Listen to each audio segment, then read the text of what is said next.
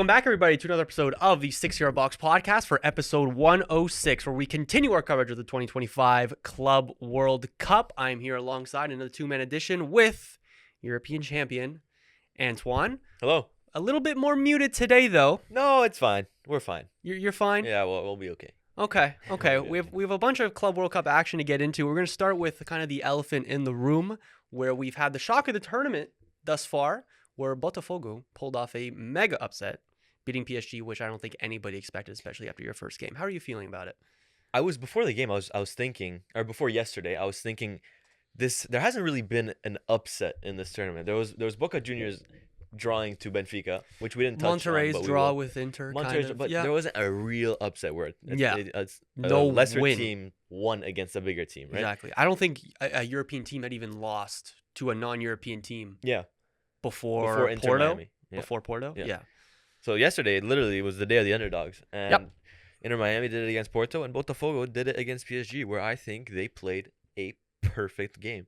Yep. I don't think there's anything to say in regards to Botafogo apart from they played the perfect game. And their coach after the game even said, we killed them with their own poison. This is exactly how they played. They defend very well, and they get you in the transition, and they just played extremely well. There's a couple things that bothered me because, yes, it's a little bit frustrating that we lost against Botafogo, but you're gonna lose one or two games in there. It's a little mistake. But for me, the thing that bothers me the most was the way that we played this game. There was a real lack of intensity in the pressing, and that's what killed us, because we were playing high.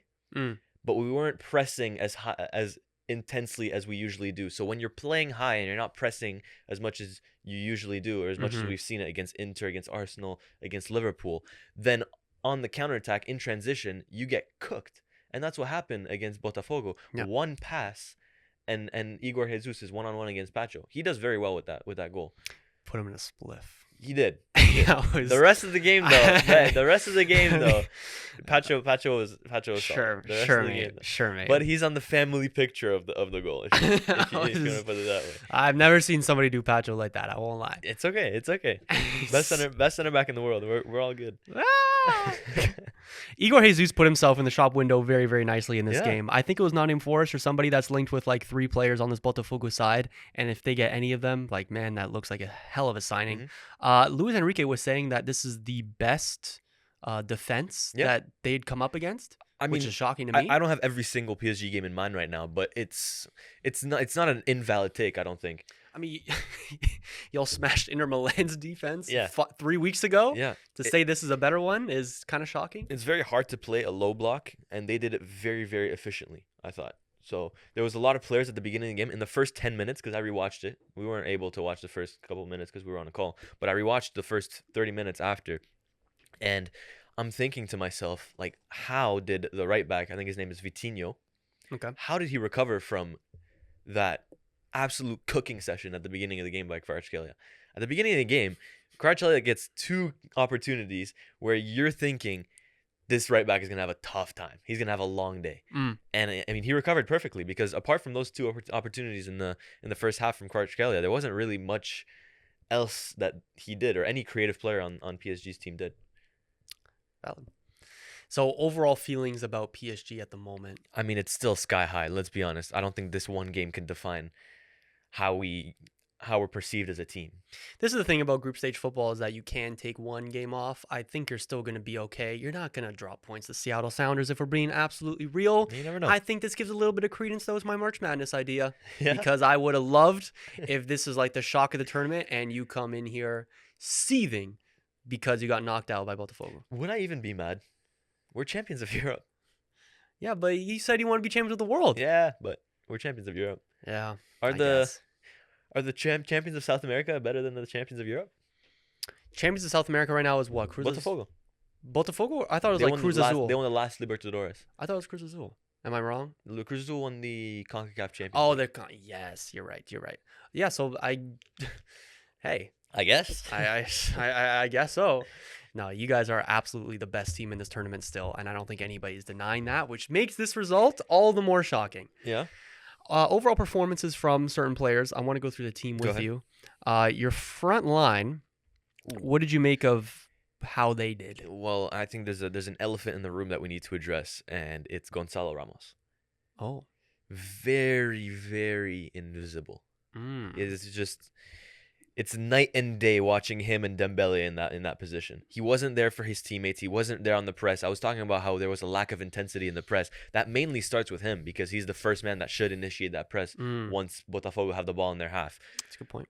So it's been a couple games now since that Gonzalo Ramos hasn't been really putting in that work. And I'm getting a little worried because if that's the backup for Dembele and Dembele gets injured, we know Dembele's track record with injuries. It's not great. It's been really good this season, and the overall team has been really good in terms of staying fit on an athletic point of view. But if that's your backup, I'm a little bit scared, you know? It is kind of crazy that a week ago we were saying who can beat this PSG team. Like you guys look borderline unbeatable. This kind of reminds of how close football can be. And honestly, with like the security of like how likely it seems that you guys are gonna be a dynasty over the next couple of years, the fact that we're now saying like you may be one injury away from all that completely tumbling down, then that's kind of a crazy conversation, I have to say. What did you make of Desiree Doué's performance? Again, it's the lack of creativity from the creative players is what really shocked me. Desiree Doué, he had a couple good moments where he dribbles a couple players, but apart from that, like it's just a really frustrating game from him. There's a one moment that really sticks into my head. It's like at the 68th minute, something like that. We absolutely need a goal, and he tries a around the world tricky pass, like just a flare pass. It's like I don't know what you need to prove, what you feel like you need to prove to people, but you're that guy. You don't need to try that. At what point do you stop? You give up the flary stuff and actually try to score a goal. I get that he's trying to score a goal, but just do it in the simplest way possible. You had a simple pass and you mess it up just because you're trying to be cute. Skiller's gonna skill. Skiller's gonna skill. I know that, but in that moment of the game, do you really pull that out? Hey man, he's gifted. He's gifted. And for anyone that has seen the shirt and thought, why is he wearing a gifted shirt? Is this bro mentally challenged? I'm not. This is a Desiree Doué gifted, because Doué means gifted if you... Yes. Français. Exactly. Yes. There you go. Yeah. For our audio listeners, Anto's just rocking a shirt that just says gifted across the top. And for anyone none the wise, they may think like, oh, he is gifted. He is showing out, spreading awareness. Good job. But no, it's for the player. How much was that shirt, by the way? It was like $40. That's not bad. It's really good quality. Yeah, it looks good quality. Like I was saying to you before, like usually when you're just buying off of those off like an Instagram ad, it's usually just a Gildan shirt that they have printed on. Yeah. But I was ready to get scammed that day. Like I was ready to be scammed. I was ready to order and nothing came to my door. You just went on a shopping spree that Saturday. That's okay. Yeah. I understand. Anything else to say about this game? I don't want to like overdo the criticism too much. Yeah, you were talking about like our status as a team and if we should really be worried. I don't think so, because you also take the front foot relatively easily after you're down 1-0. Like when at the 55th minute, when you see that 4 lining up, when the big boys come on, they're still dominating the entire game, right? It's just Botafogo genuinely defended so well, and their center back partnership, Jair Cunha and Barbosa specifically, he played very good against Seattle Sounders in the first game, and now he put up another great performance. Yep. At 30 years old, that's not easy to do against the best team in the world, and he did it perfectly. So, in transition, I was watching I was watching Prime Alan that game, bro. Napoli Alan. Shout out to Anthony who texted me that, but genuinely, I was watching Prime Alan, bro. I miss Prime Alan, bro. Yeah. It's that 85 rated card on FIFA that would just cook me every weekend league. And yeah, the thing is with this Botafogo team and the South American teams in general, because we might get into this, but the South American teams in this tournament, they're unbeaten. They haven't lost a single game. Wow. But I was gonna say, they have so much heart and passion. It's That's like what I think after is the really... game, they are all jumping, Yeah. all hugging each other. In the game, it's very intense. Yep. They're trying to get into your heads. I love that passion. I Yeah. absolutely love it. You can't hate. You can't hate. No, you absolutely can't hate. Like I'm seeing the narrative that like, oh, the quality of South American teams are way better than the Europeans and the general football fans think. I think there is a little bit of truth to that, but we may be overdoing it. What really may be the difference between them doing well versus some of the European teams disappointing is, I think, one, the fans in the stadium cheering them on, because those fans are bringing passion. Second, it may be the passion of the players. Like I'm not seeing the same passion from PSG as I'm seeing from Botafogo, game to game, action to action, which makes total sense because of naturally the seriousness that these teams are going to take this competition. Like, and obviously we think the teams care about it because there's $1 billion on the line here, but how much important is like a Vitinha attaching to this game or a Kvaratskhelia attaching to this game when they just got off a grueling season and honestly they might just want to break. Now I think it's mostly like the passion and effort that makes South American teams so good, and because the Europeans may not be showing up as much, I think that's what's making the difference here, honestly. Plus the fans supporting them. Yeah, the fans supporting them is also a big one because they're closer, obviously, than the Europeans, but there's just so much passion. So much passion. Lucas Hernandez is, if he's our backup to Nuno Mendes, we need to change that really quick. True. Because it's night and day as well. And we need to get a backup for Hakimi as well because it's now his 64th game in a row that he plays. Wow. 64. And it shouldn't be an excuse because in the Champions League final, it was a 62nd game in a row and he played exceptional. But we need a backup. We need to target a lot of backups for in this transfer window, in the summer transfer window. True. I see that. Speaking of backups, it was not Mayulu time this game. Oof. Mayulu time came in the 55th minute when he got hooked early. Yeah, it was a rough one for him. It was a rough one for him. He's a super sub, man. You don't gotta force it. We'll grow him into something very special. I think he's already on that trajectory. Yes. It's no worries. So last point I want to make about this game is that it makes Group B wide open. Very interesting. Everybody in this group still, after 2 games played, has a chance to go through. For some, it's more likely than others. Yeah, in theory, everybody does. Everybody does. But Seattle lost to Atletico Madrid. I think it was like 3-1, 2-0, something like that. They put up an okay performance, but still they're going to have to pull off a miracle against PSG. They need to win by 4 goals against PSG. Or does Botafogo need to lose? Or no, need to win. They need to win by a lot. They need Botafogo to win, and then to make up the goal difference, they need to win by 4 goals against PSG. Okay. Yeah. Sorry, Seattle.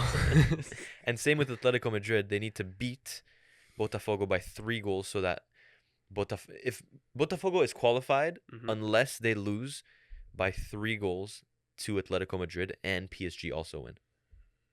Because then the goal difference would be less than True, so Botafogo can still go out. Botafogo is not clear. They're not 100% going qualified to, yet. Yeah. They could lose Atleti, and then you have 3 teams on 6 points. Yeah.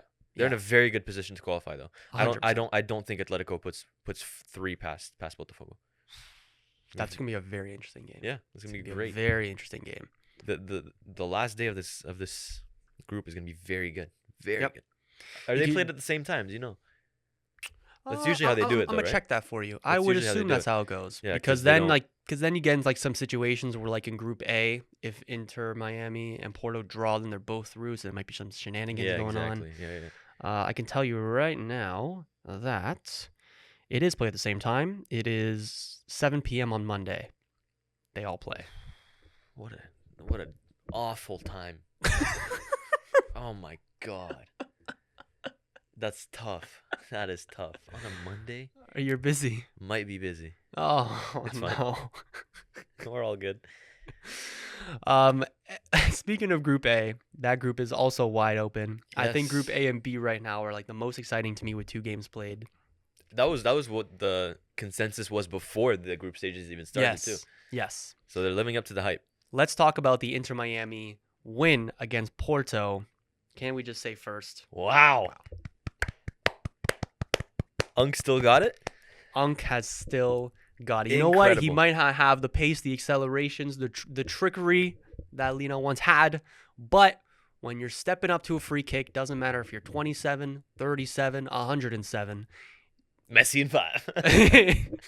You still know how to whip a ball top corner, and Yeah. he did exactly that. Wow. I will say my only criticism: DAZN is glazing this a touch too hard, A but touch, oh brother. I If understand it's it. a touch too hard, then no, it's On bad. on It's DAZN's bad. YouTube channel, the overall match highlights 3 minutes. Yeah. The Messi goal in every single commentary is 11 minutes. Yeah, I think we can chill a little After bit. the PSG game, they talked about it for 5 minutes and then went straight to every single commentary in every single language of the Messi goal. They talked about the game in general for 5 minutes, Yeah. and then went to talk about another game for 5 minutes, and then the girl pulls out, when we come back, we're gonna look at that Messi free kick. I'm like, wait, you just talked about the Messi free kick. What are we doing here? No, yeah, but what? Can this guy still perform in Europe if he wanted to? Absolutely. I think so. I think so. Absolutely. Like, fair enough. You're getting your bag in Miami, and Yeah. you're kind of you're chilling. Yeah. But I seriously think that Yeah. he could still perform at a very high level Yep. in Europe. The difference between Ronaldo and Messi is, I would still say Ronaldo has the overall longevity of Messi because he's a couple of years older than him, but Messi's play style is not as dependent on physicality like Ronaldo's was. So I think, yes, obviously, there's a line, right? Like, Luka Modric is still one of the best passers in the world, but we saw a regression from him over the past couple of years because he's lost a lot of that physicality. Same with Messi, obviously. But there's still moments where against the best teams in the world, as we're seeing, he could pull out performances like this. I have no doubt he could come to the Premier League and still do a job. A great job. In the Premier League? Yeah. You can see every time he's on the ball, there's something happens still. Yeah. Something happens. And it doesn't matter like how much pace he's lost. Yeah. He's still gonna have the vision to pick out an amazing pass. Yeah. He can still unlock defenses all by himself. And that's never gonna leave Messi. It doesn't have to be something incredible that happens, but when he's on the ball, it's just you have that hope that he can change something whenever he wants. You know what I mean? Absolutely. Yeah. It's still a joy. It's still a joy to watch Messi. And you know what? Not to be like too glazed, but like it does make. Well, when I see Ronaldo or when I see Messi pull out a good performance at this age, it makes me a little bit more wishful that I took their primes. More seriously? Yeah. I wish I didn't take them for granted, type thing. Because obviously, Ronaldo fan growing up, so there's a bit of hate watching Messi, obviously. But even week in, week out, I was not locked into La Liga games where, man, should have been. Yeah. I should have been. Absolutely. Now I'm actually going back and watching those games in like 2016, 2017, 2018 more than I even did back then. Just because it's like, damn, I didn't realize how lucky I was. Yeah. No. You don't realize what you have till it's gone. No, exactly. Yeah. Exactly. A little bit of Porto talk. Porto had good chances in this game as well. I thought Samu and Rodrigo Mora impressed. They could have been 3-0 up going into halftime. Yeah. However, overall, a very disappointing tournament for them so far. I think it just generally encapsulates their disastrous season. Yeah. You finished third of the Portuguese championship, which is unacceptable. Like we said, for a team in the Big Three. Yep. If you finished third of a 3-horse race, that's unacceptable. And it wasn't even a 3-horse race. They were miles behind second.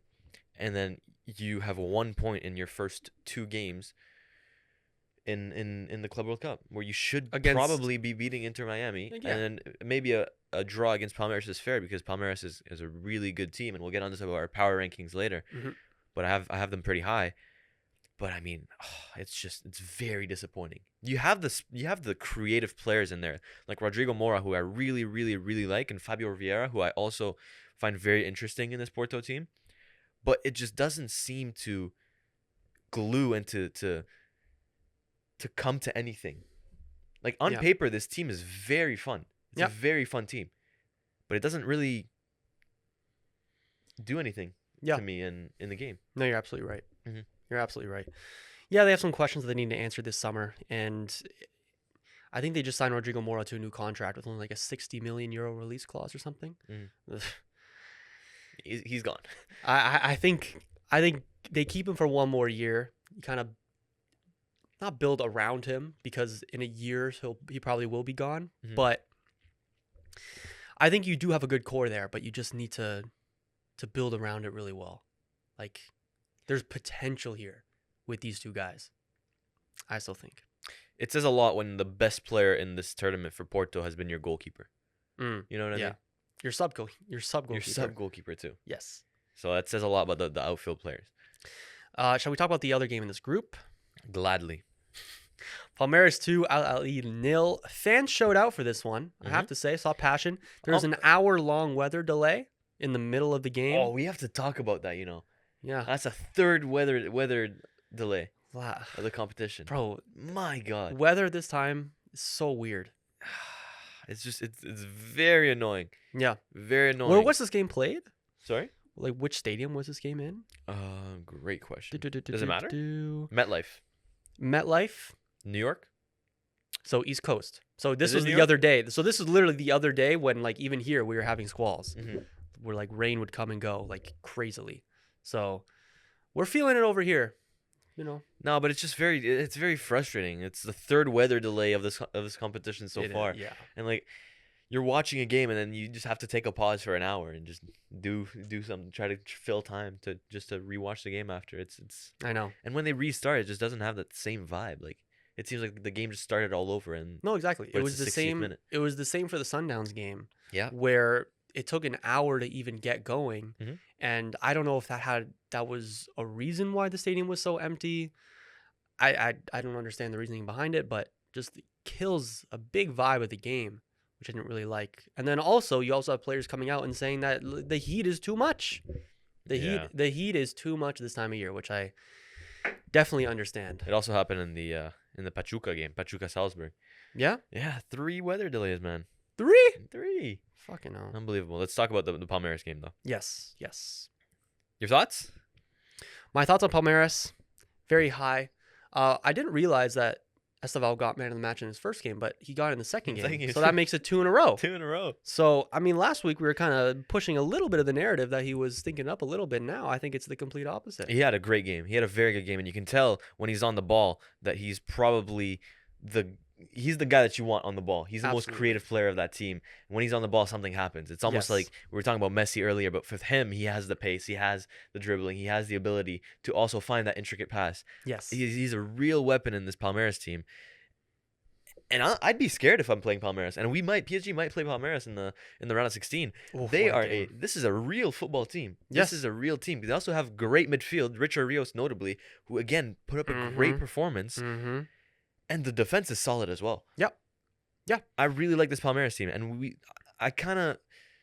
And I regret not doing more homework on this Palmeiras team before the tournament had started. I kind of brushed over them. Palmeiras. But man, good little team, man. They were always going to be a team I'm excited for, mostly because of Esteval. There is a little bit of that element of like, he's going to Chelsea. You know? It's always going to be disappointing. That does spoil it a little bit, but also Richard Rios is exciting as well. They have Vitor Roque, who was once a bright young star on the same level as like an Endrick or something. They're an exciting team. Yeah. They have potential to do something in this competition. And if they do come up against a PSG, I'm going to be really excited for that. I'm really excited to watch them against Inter Miami. That is going to be blockbuster. And you think so? I think, I mean, like, there's obviously, like, they could just both sit back and it could be a 0-0 or a 1-1 and they can just accept the draw. Obviously, I'm not going to deny that. But the fact that I'm excited to watch Palmeiras versus Inter Miami is kind of a testament to, like, the success of this Club World Cup. In some aspects. Obviously, we have our issues with it, which we've talked about last week. But this is what I love about the Club World Cup. The fact that I am marking on my calendar when Inter Miami versus Palmeiras is going to play, that's the aspect of this tournament that I love. It's all the storylines that get created in the middle of the tournament. I think these are the types of games that I'm more excited for, even more than once we get to like the quarters, the semis, the finals, when, for being real, it's mostly going to be dominated by European teams. And it's just a pseudo-Champions League that we pretty much know how it's going to go, right? These are the games that really sell this tournament for me. And why, like, is the aspect of it that I really love. I'm really, really disappointed in this Al Ahly team. Yeah, you were pretty high on them. I was very high on them. And I was looking at their results throughout their campaign in the African Champions League and in their Egyptian league as well. I was very excited to watch this Al Ahly team. They were scoring a lot of goals in their own championships, but man, there is a real problem in front of goal, and it's really evident. It was evident in the first half against Inter Miami, where they just couldn't finish the ball, put the ball in the back of the net, and it's evident against this Palmeiras team, who kind of muted them apart from the first 15 minutes. I want to say the Al Ahly start the game on the front foot, and they probably should have a goal in the first 15 minutes, but they just can't conjure. They just can't make anything. They just can't put the ball in the back of the net, and it's really frustrating because I thought that this was the African team that could represent Africa the best in this tournament, and now they're virtually eliminated, if we're honest. It was life or death in the Inter Miami game, I think. That was going to be a big indicator of how Al Ahly were going to show themselves in this tournament. And they put up some decent chances, and they easily could have won that game, let's be real. But reality is you didn't take those chances, you missed the penalty, and then you knew you're going to be on the back foot for the rest of these games. Now they're going to play a Porto team who in themselves have been disappointing, and the most likely outcome is that they're both not going to make it. So it's almost the opposite of what we expected from this group. I think you particularly said Al Ahly. Did you say Al Ahly second? Second. And Porto first? And Porto first, yeah. Wow. So it's like the complete opposite of what we expected, which is great. Yeah. But it's not great for our reputation, but it's not great for our reputation. But the it's impossible to predict these things, though. Which I like. Yeah. It shouldn't be easy to predict. And coming to this tournament, I thought it was going to be really easy to predict, and it's proving not to be so far. Yeah. Which I like. That is a great point. That's a fair point. Any other games? If there are other games that we should touch. There's certainly other games here. Yeah. Next on my list, I have Juventus winning 5-0 against Al Ahly in maybe the most impressive performance of the tournament so far. One of for sure. I wasn't expecting Juve to be as fluid as they were in attack. Yep. The last time I had seen this Juve team so good in the attacking sector of the pitch, I don't even remember, if I'm honest. I don't even remember. It's been so many years now where they've really struggled to impress, whether it be their fans or the neutral fans. And now, granted, it's against Al Ain, who aren't the best team, and we'll talk about them later. But nothing to say. The great performance. I think Francisco Conceição is a real good player. He was a huge future ahead of him. Spectacular. He was performance. spectacular. Both his goals taken amazingly. Yeah. And I mean, Kenan Yildiz, you could talk about too. What a player. Thuram played great. Colomwani with a brace. Yeah. Yep. I also really like their right back, who's a Portuguese right back. We were talking about the Portuguese don't really have right backs. I think we might have just found him. Alberto Costa. Yeah. Great player. I'm looking into him now. Who did he play for before Juventus? 21 years old. I don't even know. Portuguese right back. Played for Vitória de Guimarães. It's a factory. I think Bruno Fernandes came from there like early days, even before Sporting. Really? Yeah. They've produced some good little players, Vitória. It's usually like you'll start out like you'll know players from the Portuguese league because they came from like, the big three. But then normally what happens is, well, I mean, normally it's from the academies, but after that it'll be like they came up through like a Braga or a Moreirense or a Vitória a lot of the time, bought up by one of the big Portuguese teams. They cook on there, and then they move on to the big European teams. And they got another one here, man. They do. They got another one here. I was impressed by his performance as well. I was really impressed by Thuram as well. I thought he put up a good performance. Yeah. I mean, it's safe to say that Juve got the better Thuram. What do you have against Marcus, man? Nothing. I don't. Okay. I just if I'm labeling him as my flop player of the tournament, I'm gonna have to hate watch for the rest of the tournament. Flop player of the tournament. That's what I said in the prediction. Oh, that's what you predicted? Yeah. Oh, I'm 1 for 1. Hey, there you go. Yeah. There you go. There's a good little prediction from you that we've kind of been missing over the past couple of weeks. I have to say. That's crazy. No, I'm saying generally from the pod, predictions haven't gone well this year for us. Okay. 6YB curse we were just talking about. Fair enough. Yeah, the 6YB curse is in full flow right now. Oh yeah. Oh yeah. I forgot to ask you, did you see Fabio Vieira in the Inter Miami game? He's nutmeg Messi, and then just Travella it out of play. That's so funny, bro. Well, this guy thought he was in flow state. That was Hey, he crazy. picked the manager out though perfectly. He did. Picked him out. Picked him out. Did you see like a couple minutes later they're like hugging it out in the middle of the game? No, I And didn't. Messi's like, "Oh, fair play, you got me." Oh, Bro, respectfully, I'm trying the same thing if I not make Messi. if I now make Messi, it's like, oh, I might shoot from there. you have to be feeling on top of the world, but Yeah. then you remember you're Fabio Vieira. Yeah. Yeah. Other thing I'm gonna say about the Juventus game, why is Juve at the White House? Oh my god. I'd be remiss not to say. First of all, why I are love we? I love how you say other thing I need to say about the Juventus game and then just say nothing in correlation with the Juve game. We're on the topic of the We're on the Juve topic. game. We're on the topic. This is what I'm gonna say. Why are we inviting like a LAFC? Yeah. Maybe not an LA team right now, but why aren't we inviting like a Seattle or an Yeah. American team? why But you're not? inviting Well, Juventus. Inter Miami. Yeah, why aren't you inviting Inter Miami? Exactly.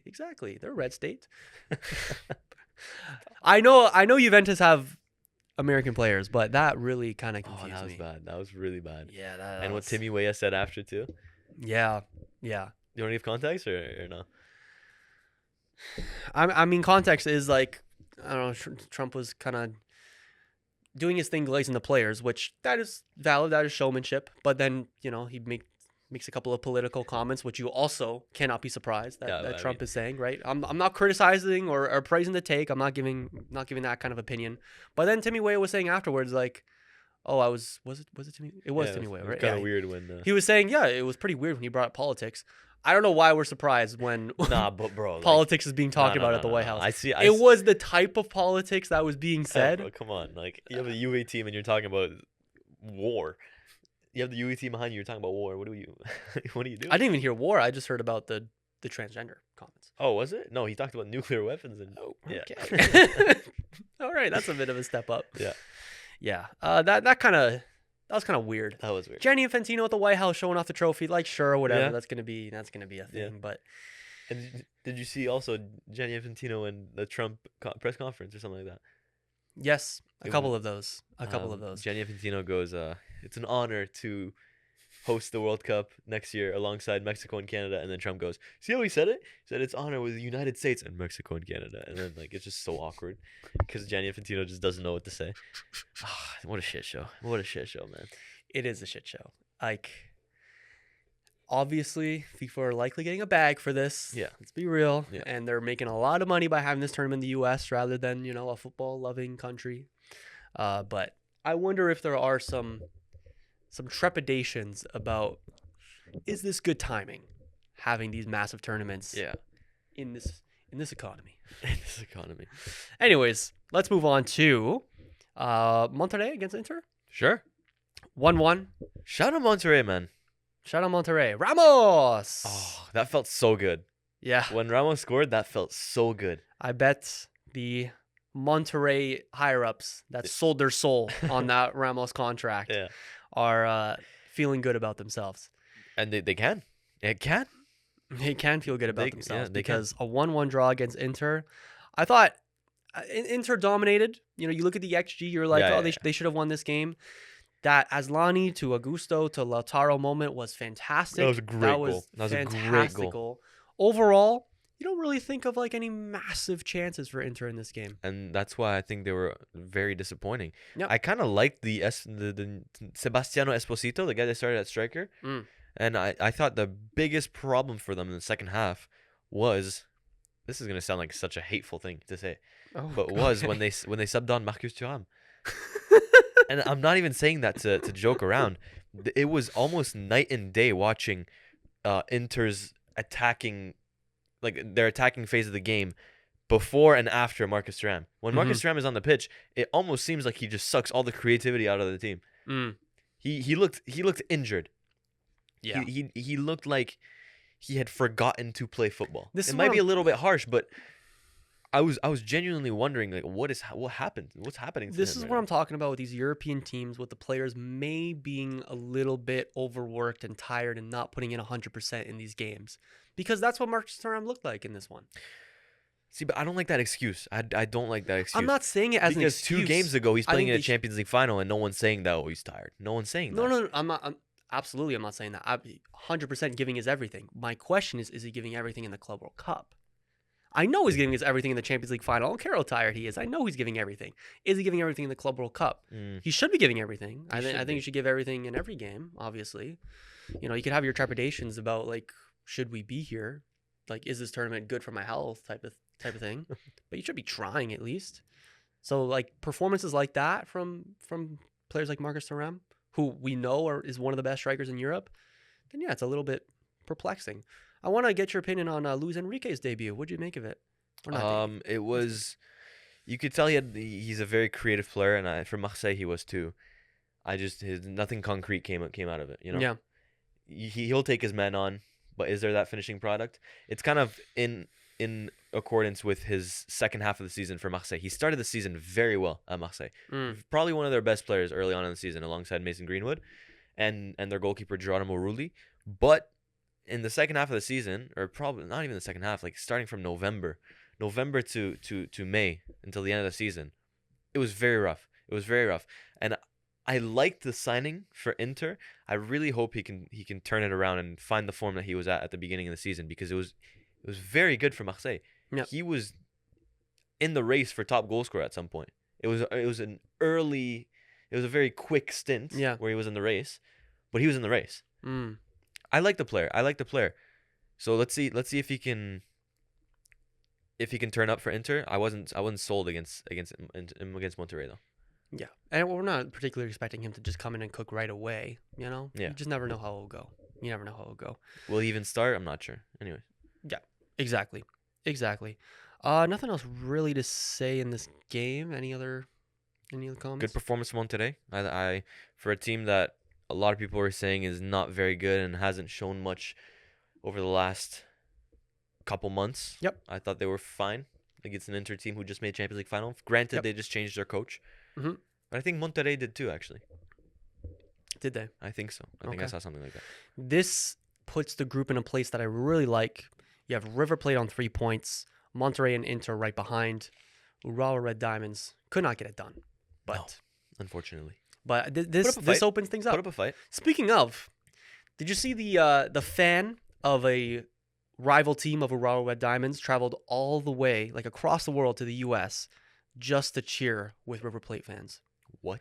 I don't even know who Urawa Red Diamonds' rival is in Japan, but they had, like, motherfuckers. It's like that Marseille fan at the Champions League final, literally traveling across the world just to hate watch. Wow. And that is the type of passion that sells this tournament for me. That you're not seeing from the European fans or the American fans, posing as, fans of European clubs. Right. This is the type of passion that we love. And we're seeing it from the South Americans. We're seeing it from, rival teams that are not even in this competition, right? We're seeing it from the African sides as well. I love it. I love it. I didn't even know that. That's insane. Yeah. That's far, too. That is far and expensive. And expensive. That's dedication. I don't know if it's like a content creator type of thing going on, but man, you got recognition for it. Yeah, fair enough. Yeah. I was actually impressed by the Urawa fans. They were jumping the whole game. Yep. Even though they were losing. Yep. So there's definitely passion over there for sure. Sources are unclear whether they stayed after the game to clean up. Oh yeah. Yeah, but because like Japanese fans of the World Cup have done that before. Right. So yeah, just but I like how this puts the. Continue. Sorry. I like how this puts the group, and River Plate really impressed me with their performance. Mm-hmm. Yeah. I think it was Massastuono with the ball over the top. The first goal. The winger. First goal was a great goal. Massastuono. Loved ball to the left. Lovely goal. Yeah. Lovely goal. Love that one. But Urawa also put up a fight, so let's not. They did. It was 2-1 at one point, I believe, after the penalty. 2-1 at one point after the penalty. Yeah. There you go. Like they're not disappointed with their performance in this game. The fans who travel across the world are not mad at the team for, putting up a disrespectful display type of thing. Sure. Okay. Next up, I have Man City over Wydad Casablanca. They won 2-0. Not much to say in this game. I think we can go over it pretty quickly. Biggest thing for me is that Wydad showed a lot more than I thought they would. They put up a worthy performance. I thought they were going to be the worst. They made Man City earn it. I thought they were going to be the worst team between Alain and Wydad. I think they're the better one. They put up a great fight, and there's one player in particular who I really, really like. I was watching him, and I was like, man, this guy could be an up-and-coming star. He's 31 years old, so probably not an up-and-coming star, but his name is Lorch. He's from South Africa, and he was probably their most lively player and the guy that created the most chances for Wydad. I really liked him. I really, really liked him. It was fun to watch him. He just shooting. He was just creating stuff. It was just fun. You know what I mean? I have seen a little bit of hate on Ryan Cherki's performance. Me too. What do you make of it? Why are we hating? It is premature, I will say. Why are we hating? I mean, you could tell there's that frustration in his game, but you're at Manchester City now. You're not going to get nearly as much of the ball as you were getting at Lyon, and you need to adapt to the system. Now, there's a lot of moments where I thought that Ryan Cherki was in a good position to receive the ball, and he wasn't receiving the ball, so I kind of understand his frustration, notably a couple times when Phil Foden has the ball, and Ryan Cherki's kind of in the middle, ready to get the half turn going, but Phil Foden never gives him the ball. But you can't really. Why are we hating on this performance? Why it's his first game for City. Exactly. It's his first ever game for City. He doesn't even speak English. He needs to adapt to the whole structure that is Manchester City and the way that they play. So it'll be frustrating for him, I think, because he's again not getting nearly as much of the ball and as much time on the ball as he was as it was for Lyon. But he will adapt very well. This is what I was talking about last week about Ryan Cherki, where I have almost no doubt that he will make it work for Man City, that he will produce and become a world beater under Pep Guardiola. But obviously, he's going to take time to adjust, and I already sense that rival fans are really on this guy's ass. Yeah. So, like, it will take some time to get used to the City culture, the City play style. Like, it has to be a culture shock going from the Lyon dressing room. I don't know particularly how it is, but that compared to the Man City one, I know is like a massive change, right? For sure. But I've already seen the videos of Ryan Cherki putting in bangers in training and Pep Guardiola bringing his arm around him and like giving him like kisses on the forehead. Like, really? I know this is going to be a relationship that turns him into a scary ass player. And it's not a matter of if, it's a matter of when, I think. So I think there's too much hate on Ryan Cherki. Overall, Phil Foden put up a good performance in this game. They kind of played like a 4-2-4 at some times here. I realized, like I mean, no Holland until the 70th minute. It intrigued me. Yeah, he's just coming back from injury, so I mean, City is spoiled riches. Like, they don't have to force one of the best strikers in the world into their lineup. You know, just lost one of the best midfielders in the world. You didn't have one of the best strikers in the world, and you're still completely fine. That is Man City for you. I'd still put them as one of the favorites to win the tournament. I think they're my favorite to win the tournament. I think so. Them versus Juventus, I'm really excited for. Yeah, that's last time they played in the Champions League, it was a great game. They win, yeah. McKennie scissor kick, if I remember correctly. Yep. Yeah. Juventus had an amazing start in their own right. So yeah. You know who else is getting a lot of hate for a debut? Mr. Trent. Oh wow, I have my problems with this. Do you? Yes, I do. Okay. Yes, I do. Let's get into it. Liverpool fans are so salty, bro. Oh my god. It's pissing me off. They are. I'm not saying Trent had an amazing debut, but the hate from Liverpool fans in particular, so embarrassing. Yeah, very rough. Trent had a fine debut. Did not put up like anything crazy. No mistakes. He's at the heart of the first goal, if we're being honest. He made the interception that led to the first goal. Exactly, yeah. Yeah. Like, what are we doing here? Yes, he had some crossfield passes that connected. He had some that didn't, right? He kind of inverted into the midfield at some points. And yeah, it didn't really work sometimes when he tried to carry the ball. He's going to be fine at Real Madrid. He's going to be great. The main thing was probably, for me, he wasn't like eating up the right flank as he usually does for Liverpool. It was the way that Xabi Alonso played him. But again, it's the first game. I thought he had a fine debut. He put up a better debut performance than Dean Howson did. You think so? Yeah, Dean Howson almost had a mistake that led to an Al Hilal goal. Yeah, I think they both had a fine debut. I think they both had a fine debut, right? But Trent was not the only one on that field making, a shaky first appearance for Real Madrid. But you just won't hear anything about it because Liverpool fans are being so annoyed. Oh my God, lads, you signed Frimpong to replace him. You just had Kirkes. Here you go. You just signed one of the most electric young players in world football. Get over it. Mm-hmm. Get over it. What are we doing here? You look like a jealous ex that just cannot get over the fact that, look, he just wanted to fulfill his dream and go play for Real Madrid. And I was on Liverpool's side for hating on Trent Alexander-Arnold. I was sitting here defending their feelings towards him when he announced that he was leaving. But now, look, you guys are fine. Real Madrid and Trent is fine. Just move on. It's just how long are they going to drag this on for? Just stop dragging it. Stop dragging it. It's annoying. It's embarrassing. It is.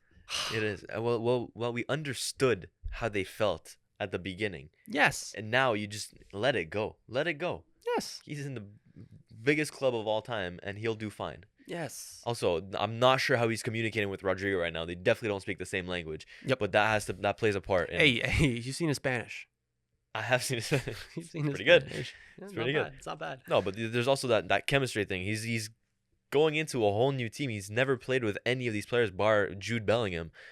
So, like, what can you really blame the guy? And it wasn't even a bad debut, too, on top of that. That's what bothers me the most, is that he's getting blamed for having a quote-unquote bad debut when it wasn't even bad. Mm-hmm.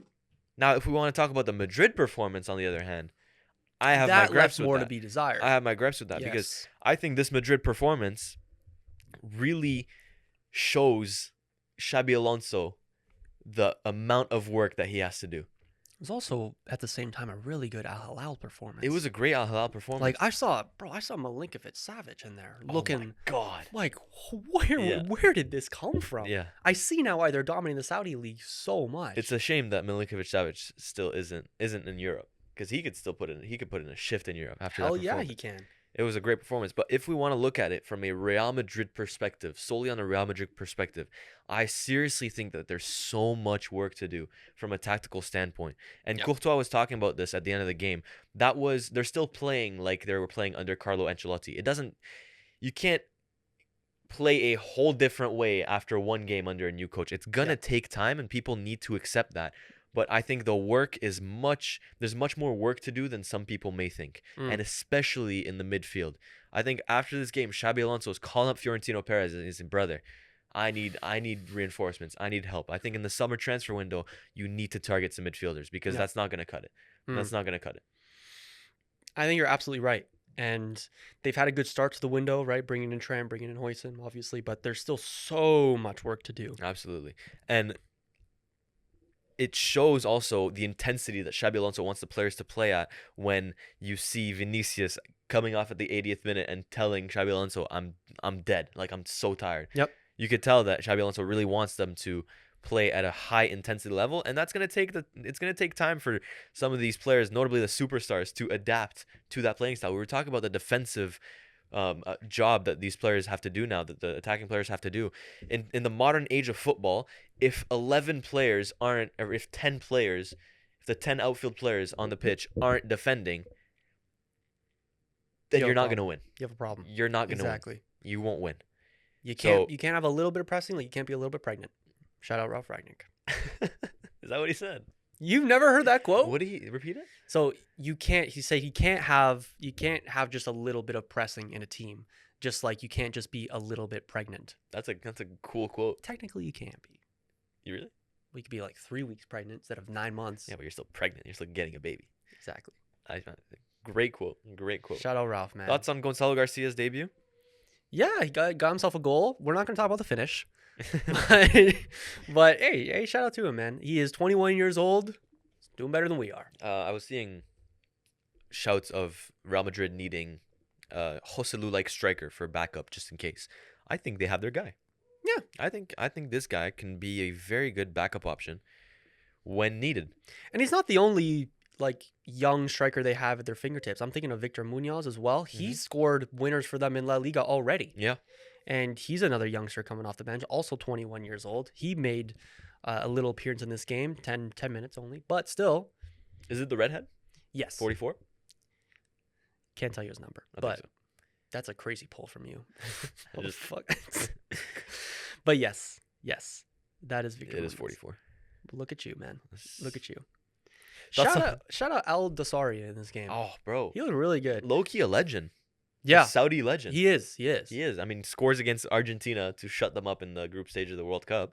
And then he's still putting in great performances. Yep. What were you going to say before? What was I going to say? Thoughts on Lucas Vazquez's entrance? His entrance? Like his cameo, I mean. Oh, his little...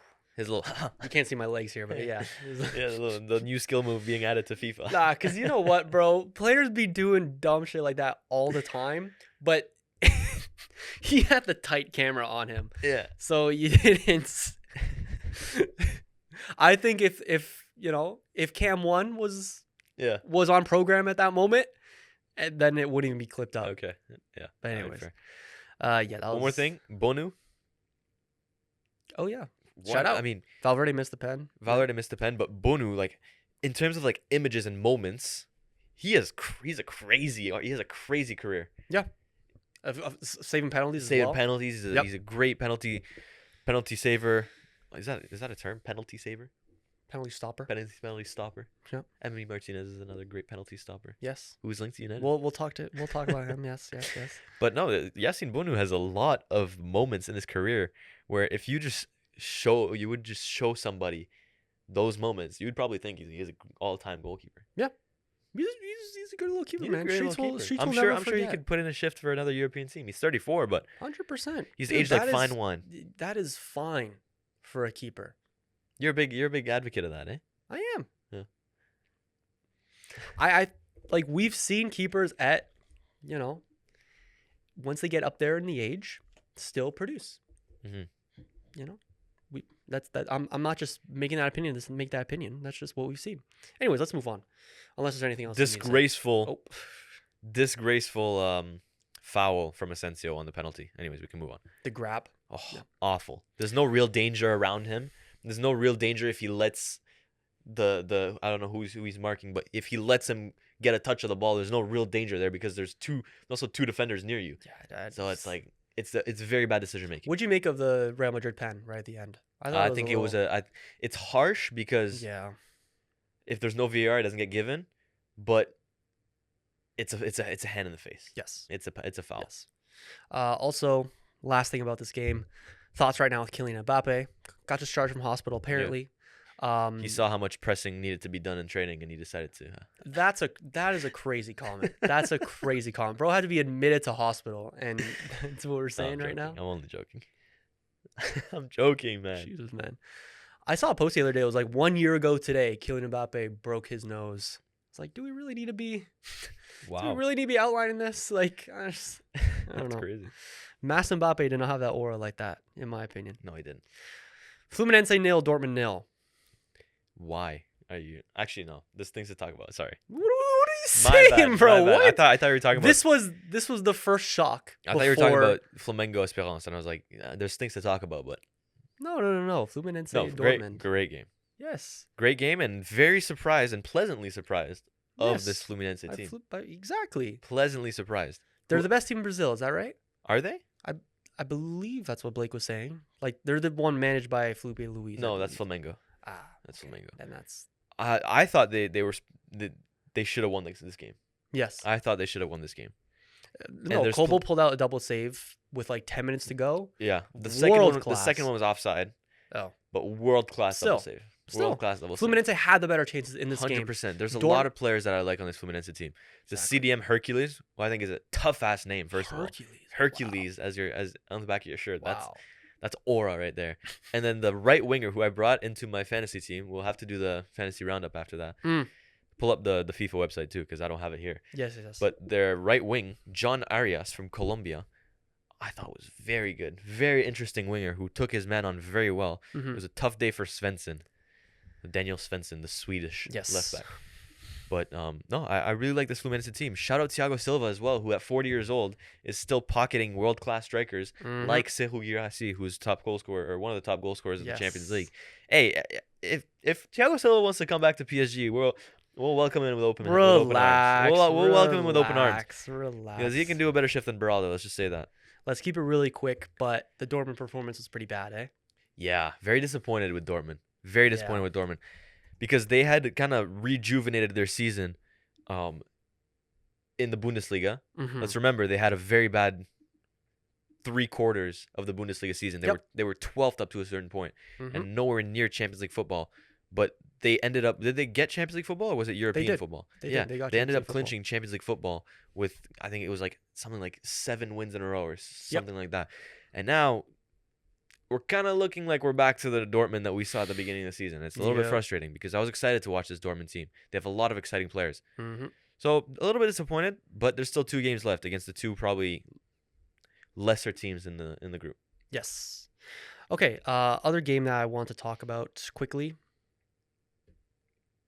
was Sundowns. Up the fucking Sundowns. Up the goddamn Sundowns. Up the Sundowns. Up the Sundowns. Up the man. Sundowns. Neat goal by Reyners. He Yep. actually scored a hat trick. Hat trick. Scored a hat He trick. did, and we will cling on to that as Sundowns fans. Yes. He is the second. Yes. He's the second player to score a hat trick in this tournament. Yes. Yeah. You know, Shout out Reyners. I told you that I was rocking this kit because of Botafogo, but no. No. Plot twist. Plot twist. I don't have a Mamelodi Sundowns kit, which I need to get on. Yeah, we do. But this We is need the to have next one best here. thing that I have. Rocking the Brazilians. The Brazilians. The Mamelodi Sundowns. And if you look at their goal, Yeah. I think that name is justified. And if you look at their entire performance, to be honest, I think that name is absolutely Incredibly justified. Because man, when was the last time I had seen such a good team in possession? Mm-hmm. I'm glazing a little bit. Yeah. This is a lot of glaze. Yeah. But they are very good in possession. Yep. Very good in possession. That tiki-taka football. Yes. I think their manager is a Brazilian manager, Miguel Cardoso. That lines up. Portuguese manager, sorry. Oh, that lines up. that even lines more. up. I love watching this team play. I love watching this team, man. And Yeah. you know what? The 75 fans in that stadium Oh my got a God. fucking I think it was show. someone actually counted every single head in that stadium. It was like 557 or something like that. Yeah. Oh, that's rough. You could have played. You could have played that game at Centennial Park down the road. That would have fit everybody. Anyways, man. Shout out the Sundowns. Shout out the Sundowns. Who's their next game again? Huge game coming up against Dortmund. Wow. Massive game. And I would not put it past them. I would not put it past them. Up the bloody Sundowns. Oh, what a man. story. If there's anybody listening that's a little bit confused why we're so passionate about the Sundowns, first of all, get on the fucking train. Get on the train because they're a fun team. We posted a video previewing them that got 1 million views for some fucking reason. Yeah. And ever since then, man, It's up to Sundowns. it's up the Sundowns. It's up to the Sundowns. Yeah, TikTok can be pretty powerful. Yeah. That's all we're gonna say. I'm fully biased now. I'm fully on the train. Yes. I think I'm driving the train actually. Yeah. From one of my teams to my other one, Benfica Ooh. drew 2-2 against Boca Juniors. We're gonna go over it super quick because What's the it time was at just right now? Monday. We're approaching an hour. Oh, we got to do a little power rankings too. Yeah, we have a lot to talk about Yeah. still. This might be a bit of a long episode. Let's talk about Benfica's 2-2 draw against Boca Juniors. They went 2-0 down before getting a penalty around the stroke of halftime, which the commentators were calling a little bit soft. But I have a bone to pick Uh-oh. with these commentators. Yeah. Did you listen? Did you Oh, watch yeah, the no. game? Those were Argentinian Oh my commentators. God. Oh my goodness. Yeah. Wow. This is full bias. This is like if I'm commenting a PSG game. Yes. In bro. French. Yes. Yes. I'm like, what are we doing here? Yeah. And it's the Argentine commentator who I believe in his own right is like a legend, right? His most famous and favorite call is Argentina winning the World Cup. So let's not be surprised Well, here. he was on the Montiel But then call, he's right? paired up with, was it Steve McManaman? Yeah, I think so. With Steve McManaman. And you could tell negative chemistry. I like Steve McManaman as a commentator, though. I hate Steve You don't McManaman like him? as a I like him a lot. commentator. I like him a lot. Great player in his day. Champions League final goal scorer. Really? Lest we forget. But as a commentator, I don't love him. He's always... It's like if Sean Dyche became a commentator. Always complaining about, like, he hit... the time he showed the most passion in this game, commentating this game, was Otamendi getting a penalty for Benfica right before halftime. Yeah. Saying that it shouldn't be a penalty. And the players doing one-by-one walkouts, saying that they looked embarrassed walking out. Like, But lad, it's a fair point, though. I don't disagree with you, but let's just enjoy the game, please. Sure. Yeah, they had zero chemistry. He didn't really know what he was talking about. You could tell. I don't know if there was like a last-minute substitution thing going on. The Argentine commentator, he's the one that called the Montiel penalty, right? Yes. Argentina campeón del mundo. That Yes. one? Yeah. Yes, exactly. Yeah, that's a tough call. It is a tough call. But put someone that's not biased on the commentary is all I ask. Fair. Is all I ask, right? Oh, my God. Anyways. Back to the game. So something that I didn't know before this tournament is that the Argentine season has not even kicked off yet. Really? Same with the Mexican one. Okay. So this is the start of their season. All their new signings, their new manager, like the Boca manager, is just making their debuts in this tournament. Okay. And from what I heard from the Argentine commentator, maybe this is the plus side of having him biasly call my games, is that like this is their best performance, specifically in the first half. It is the best that he had seen them play in years. So the best that we had seen Boca Juniors play in a good couple of years. Wow. And God, I guess like I didn't think Benfica played particularly badly in the first half. I definitely didn't love the performance, but Boca really put up a good fight. And hearing that is their best performance over the past couple of seasons, then I have to give them some props. I thought particularly in the second half we came out did a lot better, really pushing for that goal to win the game eventually. Even with a man down, we seemed to really be dominating possession. I think we really showed the gap in quality in the second half, and I was way impressed with it. The Boca players, dirty little fuckers. I think that's what made the entertainment of the game, though. Dirty little fuckers. That's what made it fun. We talked about the passion that these South American teams are bringing. Yeah. We could appreciate that, but god damn, these motherfuckers. I mean, like, Jesus Christ. It's the Argentines, isn't it? So Boca Juniors' new manager, he's like he has skin in the game, let's say. I'm not gonna get disrespectful, but he's old. Okay. Right? Apparently, managed Di Maria in like the first couple of games of his career. Oh wow. So if you want like any idea of how long he's been managing, literally managed Angel Di Maria in like I think like his fourth ever career game. So they had a little moment to start the game, and it was really good to see. Lineups are now confirmed for Benfica's game against Auckland City. Is Carrera starting? Let's check it.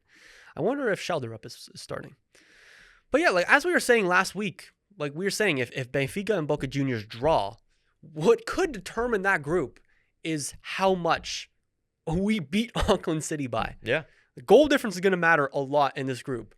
Which is if you don't lose to Bayern by as much. Yes. If you guys both lose 1-0 to Bayern, then it is literally just who batters Auckland more. Exactly. I like that a lot. I like that a lot. And it's good for the over. It is good for the over. Mm-hmm. We'll see about it. Who's Prestiani that he's starting for Benfica today? Oh, a young Argentine. No shoulder up though. No shoulder up. No, Prestiani is good in his own right. Okay. I really liked him on my career mode. Yeah. Really liked him on my career mode. Carreras is starting. Artacoglu is starting. Prestiani at the 10. I like that. Leandro Barrero is starting. Okay. Arsun's at right back I don't love. But that's what happens when Ba's injured in it. Any other games to go over? Can we start the power rankings? Let's begin the power rankings. Yeah. Still recording here? Still recording. Love Don't that. you worry. Okay, so let's do power rankings. Then we have a couple of other stories to go through. And then Or you want to do transfer talk first and then end off with power rankings? I want to talk about Canada too. Okay, go ahead. Let's talk about Canada. Okay, Canada. We stand on guard for the 6-0 win over Honduras. No Jesse Marsh, no Alphonso Davies, no Steven Eustachio, but still putting up belt to ass on Honduras. I love to see it. Love to see it. A great performance. You were saying this before, but a couple years ago, was it for the World Cup qualifiers? You were playing Honduras. I believe it was 2013 or 2009. We had a World Cup qualification playoff against Honduras. Basically, win or go home. We got smashed. I believe it was 8-0 or 8-1. Something embarrassing along those lines. And now you fast forward a decade, and this is what we're doing to Honduras. It shows the level of improvement that Canada has witnessed over the past decade, and I love to see it. I would put us as one of the favorites to win the Gold Cup. Oh, I'm so excited. Yep. Mexico barely squeezed by Dominican Republic. No. I said I got scared because I thought you were going to add World Cup on the back of that. I was like, whoa. Okay. I forgot that the World Cup is happening. The Gold Cup is happening right now. Yes. The Gold Cup used to have a lot more importance to North American sides because, one, we didn't used to play in the Copa America. And 2, you didn't have the freaking Club World Cup taking its airtime. And 3, Saudi Arabia wasn't in the Gold Cup. That's still a disgrace, man. Game is so gone. Game is so gone. But in terms of players in this game, Nico Sigor, a young player playing in Croatia, grabbed his first goal. Last time he was in Vancouver during a Canada game, he was a ball boy. So this is the type of stuff that you love to see. Wow. Tani Oluwaseyi, Promise David. We got depth. We got depth in that position, man. There's depth. David Squared is a good little partnership. David Squared. I like David that. Squared. So what's the little 4-4-2 or 3-5-2? We play a 4-4-2. That's Okay. right. And like, Good old footy. if you really good old footy, Good man. old footy. Good old footy. If you want to talk about depth, our last 14 goals that Canada has scored came from 13 goal scorers. Wow. Yeah. Tajon Buchanan grabbed 2 in this game, so he's the only one with multiple goals there. But that's kind of fucking crazy when you think about it. The amount of players we have that can just put something up is really good. You've never been able to say that about Canada. Even when we were at the World Cup in 22, even throughout qualifying, it was usually, some moments of brilliance by Davies, David, even like Atakubi at some points. But now we have a collective that could really put up great performances. And you really have young players coming through, like Nathan Saliba as well. We saw him. No relation to Willian, I don't think. Although Blake would love that. Him and I believe it's Shornier as our midfield too. Shornier as kind of like the general who put up some amazing set pieces. His deliveries were beautiful. And then you have Saliba as like the technician, the creative type, the scorer in this game. You're selling me this team as prime Oh, Barca, I love bro. it, man. I love it. I love it. Am I a little too high in this team? No, but good for you. Good Absolutely. Good for you guys, man. But they fucking earned it. This is Good what for happens when you win Canada. 6-0 against the toughest test in your group. Our next 2 games are against Curaçao. and El Salvador. We're playing both of those in Houston, and I'm looking forward to it. Yeah. I'm so excited about this team. So excited about this team. Buchanan rejected playing for Inter at the Club World Cup to come play for Canada. That's beautiful. That's good.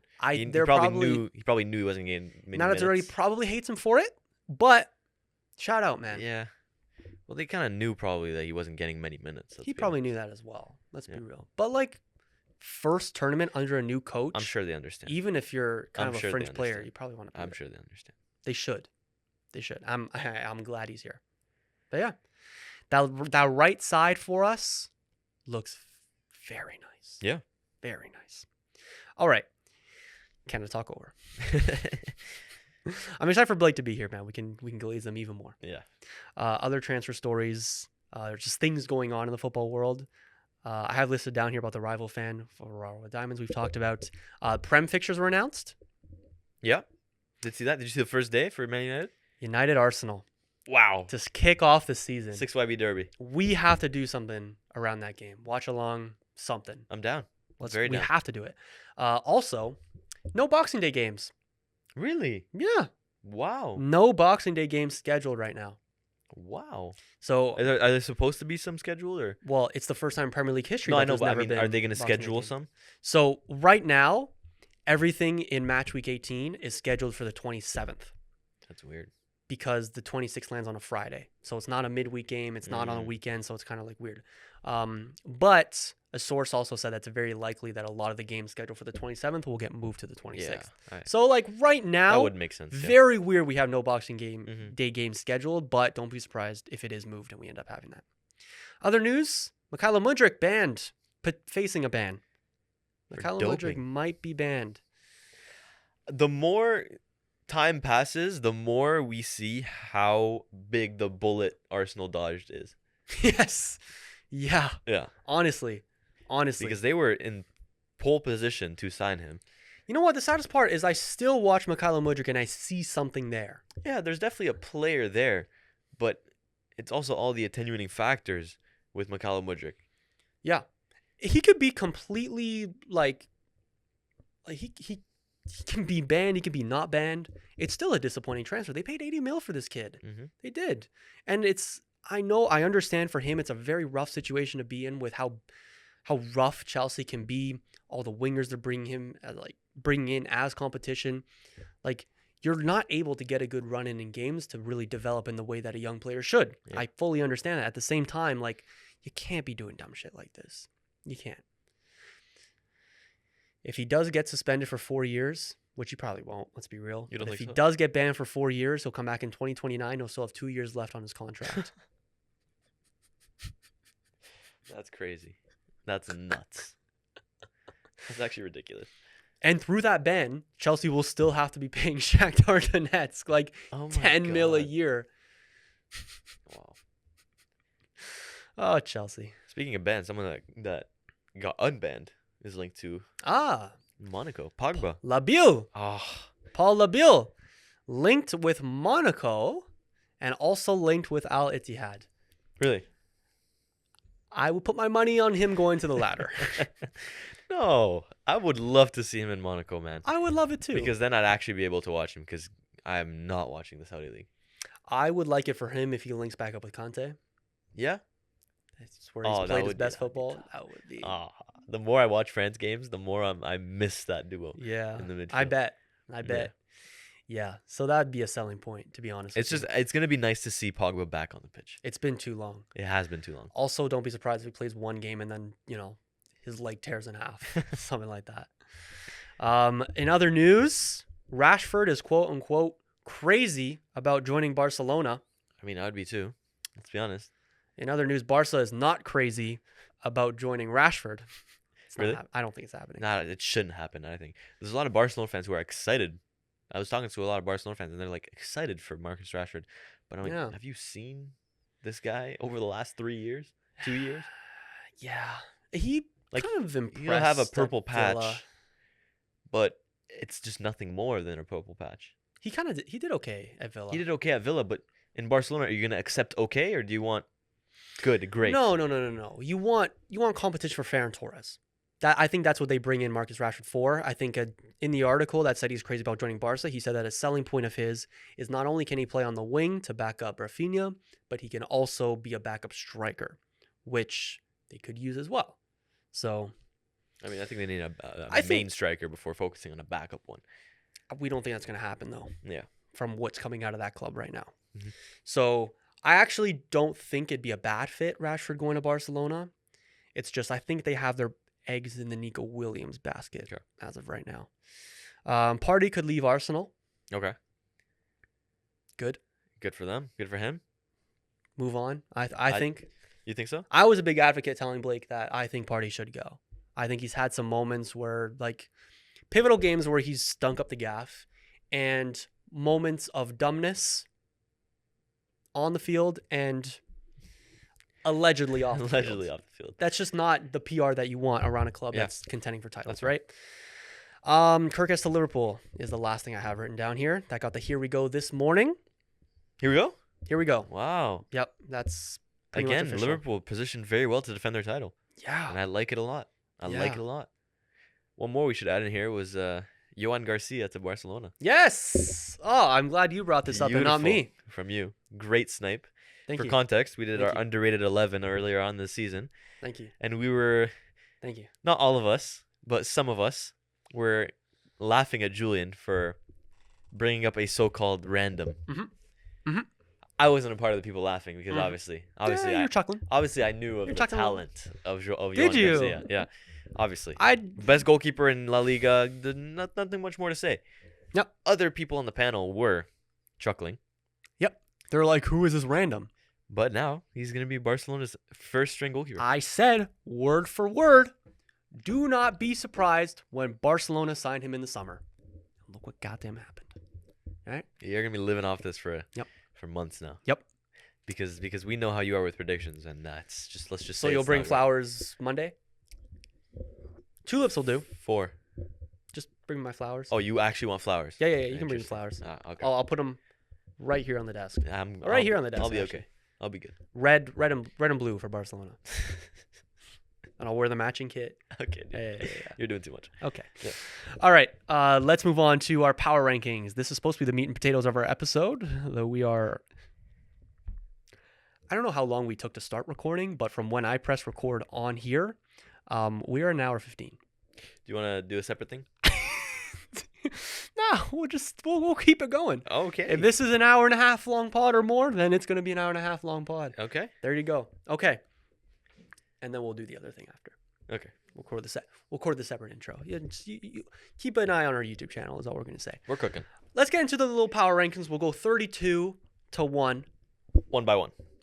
One by Little one. ping pong. I don't think 32 is gonna have much debate here though. So I think 32 and 31 are the clearest yeah. clearest day. 3, 2, 1. Auckland City, City. 32. 32. And 31. 3, 2, 1. Al Ulsan. Ain. Oh shit. I have Ulsan in there. You have Ulsan in 31? I have Al Ain 29.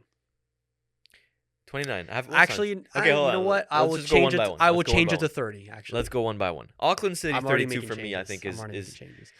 speaks for itself. Yep. 10-0 against Bayern. Sure, it's Bayern, but you're not even a professional. The only team. semi-professional. We'll team see how right they now. do against Benfica, but the fact that we have an over/under on their goals conceded says a lot. I'm gonna say right now, we're recording this Friday morning, 11 a.m. EST. If Auckland City do anything against Benfica in an hour, They're shooting up to 20. the list is fucked. Yeah. The list is fucked. And same with Boca against Bayern. Yes. Yeah. Yeah. But 31, I have Ulsan HD just because of like, I'm considering a little more about like the reputation of the team coming into the tournament. You know, I think Ulsan's is less than Al Ain's. Plus, it's like the level of competition that they lost to. Ulsan losing to Mamelodi Sundowns, who in their own right, maybe a little questionable in terms of quality. Not in our eyes, up to Sundowns. I may have put the Sundowns a little high on this. I have the Sundowns. Whoa, no, don't say now. I won't say now. They're quite high for me. I might have gotten a little too carried away. Oh, did you? Yeah, they're quite high. 31 for me is Al Ain because I was extremely disappointed based off of the expectations that they had going into this tournament. Yes. I'm not saying that they were supposed to challenge Juve and finish top 2 of that group because let's be honest, those expectations they're impossible to achieve. Yep. But I was seeing their striker with 24 goal contributions in 20 games or something like that. No. And I was getting sold dreams. Defensively, I think is their biggest weakness. They defended like a Sunday league team. It might be a little harsh, but it disappointed me a lot. Maybe it was the fact that Juve were so fluid in attack and so creative, but I was heavily disappointed with this Al Ain team, and I think 31 is the spot for them. 30. 30 is where I had Al Ain. Okay. I had him at 29th actually, but I just made a live change to my list. I completely agree with what you're saying there. I just had Ulsan behind them. Didn't really give much thought to it. 30 for me is Espérance de Tunis. I have them at 29. Yeah, I think 32 to 29, we have the same 4. I have Ulsan at 29. We just interchange them. Yep. US Tunis for me, very disappointed against Flamengo. Yep. I was also surprised with Flamengo's level, but it doesn't mean that I wasn't disappointed with Esperance's level. I don't think They showed nothing. They showed nothing. They didn't create anything. Yeah. Let's be honest. Apart from maybe the last 5 to 10 minutes of the game, I wasn't sold at all. I wasn't sold at all. Absolutely. And the fact that I have a bet against Blake, saying that if Esperance finish second of their group, I get a kit. I think I'm gonna have to give away a kit. Yeah. So we're gonna be getting him a Flamengo kit. I have a Flamengo kit. I'll just give him mine. Might be a little small on him, but it'll do the job. 29th, I have Esperance de Tunis. Did you say you're 29? 29 is Ulsan for me. There you go. 28 for me is Seattle. Wow. Seattle 28. They've lost both games. Oh my God. They've lost both games, but I think the think fact that they've they've shown- played and lost two, that's what I'm saying. But- I put them like a little bit higher because like they haven't embarrassed themselves in either of these games. Yeah, but they've lost two. They're the only team the only team I believe that's lost two at this point in the tournament, right? Yeah. Yeah. The only team that has lost two. Now, in 24 hours, they won't be, but still. I really like is crazy, but I'm not unimpressed with what I've seen from Seattle Sounders. And it's the 2 second halves that I'm very impressed with because they came out. First of all, I think they're unlucky to lose against Botafogo. I think they dominate the most of the game. Sure, they don't create as much chances as you probably need to beat that Botafogo defense, who are very solid. But I'm impressed enough to not put them 20. I think 28 is a little low. I have Urawa Red Diamonds 28. Red Diamonds have only lost one game, and I thought their performance was commendable. Look, they put up a fight against River Plate, but again, you're not playing a great side. You're playing River Plate, and your only goal comes from a penalty. You have chances in there. I think 28. Urawa Red Diamonds at 28 is right for me. Fair enough. Like I can't argue with that much. Seattle's a little lower, or a little higher for me. They're not even 27 for me. They're not even 26 for me. Anyways, we'll get on to it. Oh my goodness. What number are we on now? 27. 27. I have Wydad Casablanca. I have Al Ahly at 27. Fair? Very disappointed with Al Ahly. Yeah, me as well. Yeah. Yeah.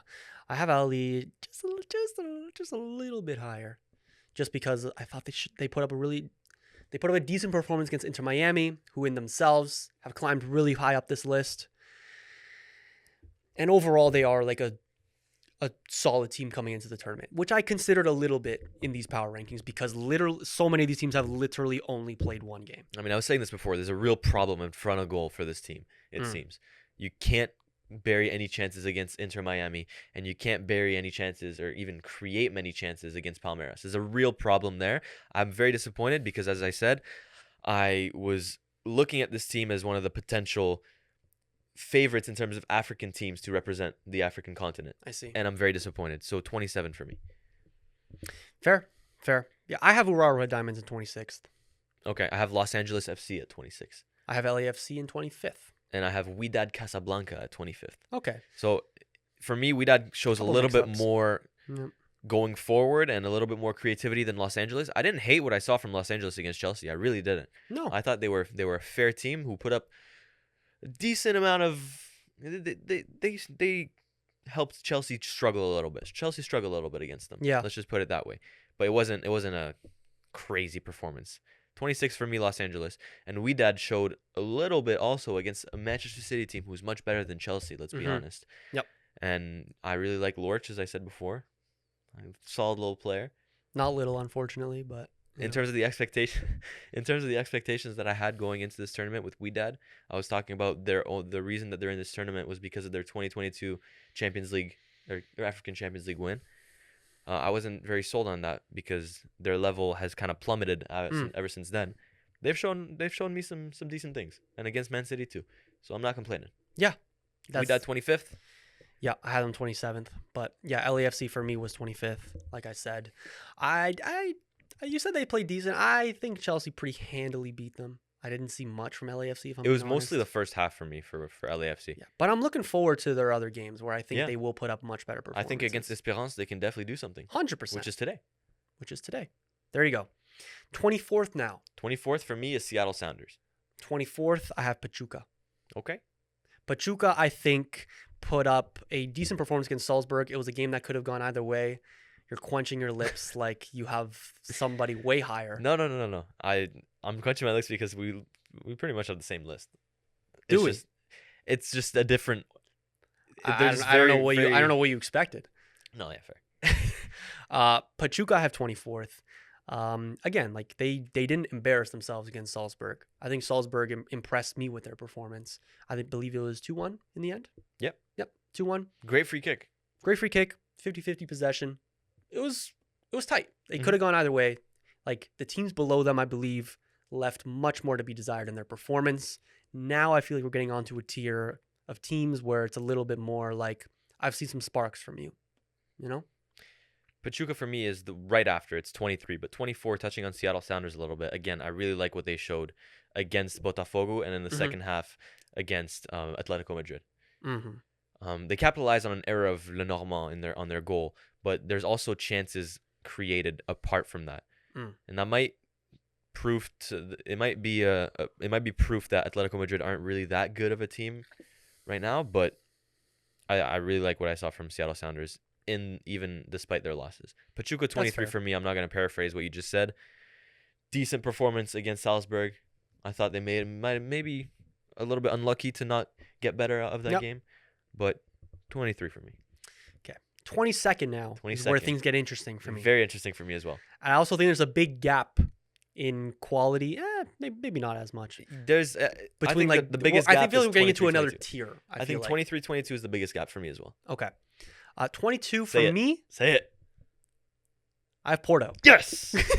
I have Porto as well. There you go. A lot to be desired in Porto. Not that there aren't sparks, right? Like we talked about with Francisco Mora, like with Samu, but a lot to be desired and disappointing. A lot of people in this tournament right now. I mean, we were talking about their disastrous season. It kind of just encapsulated the entirety of it. Yep. You finished third in the Portuguese Portuguese championship, and Yep, that's a you don't win disaster. any of your first two games, where you Exactly. probably going into this tournament are Exactly. tipped to be the favorites to Exactly. win the entire group.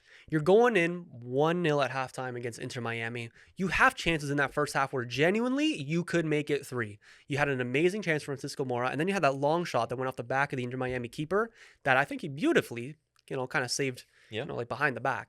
We've seen many instances where that doesn't happen and the ball just bounces right back into the goal. Yes. Emi Martinez against Arsenal, notably. Yes, but you have to be you have to be putting that team away because right after the break, 47th minute, Inter Miami come and equalize, and then from that point on, you're on the back foot.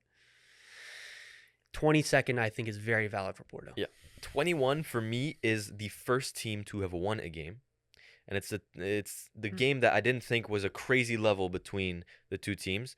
It's Salzburg for me. 21, I put Salzburg. Interesting. I Yeah. have Salzburg much higher. Really? I kind of my list is very basic and template. It is teams that lost, teams that drew, teams that won. For me, it's more performance based, I think. Yes. Performance and expectations is the way I made this list. Obviously consider that as well. So yeah, I thought the Pachuca against Salzburg performance, as I said before, was way tighter than. I mean, it was tight. Even the results suggest it was tight. The great goal from Oscar Gluck, who I put in my fantasy Beautiful. team. We have to do the fantasy roundup after this. Yes, we will. A great goal from him. And it's just, I didn't like in that game that there was a weather delay. I think that kind of changed the outcome of the game.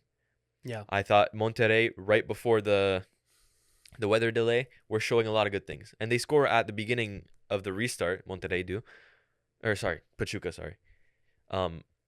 But I think they're very close in terms of level, so I put Salzburg 21. Salzburg really impressed me, bro. Really? They really impressed me.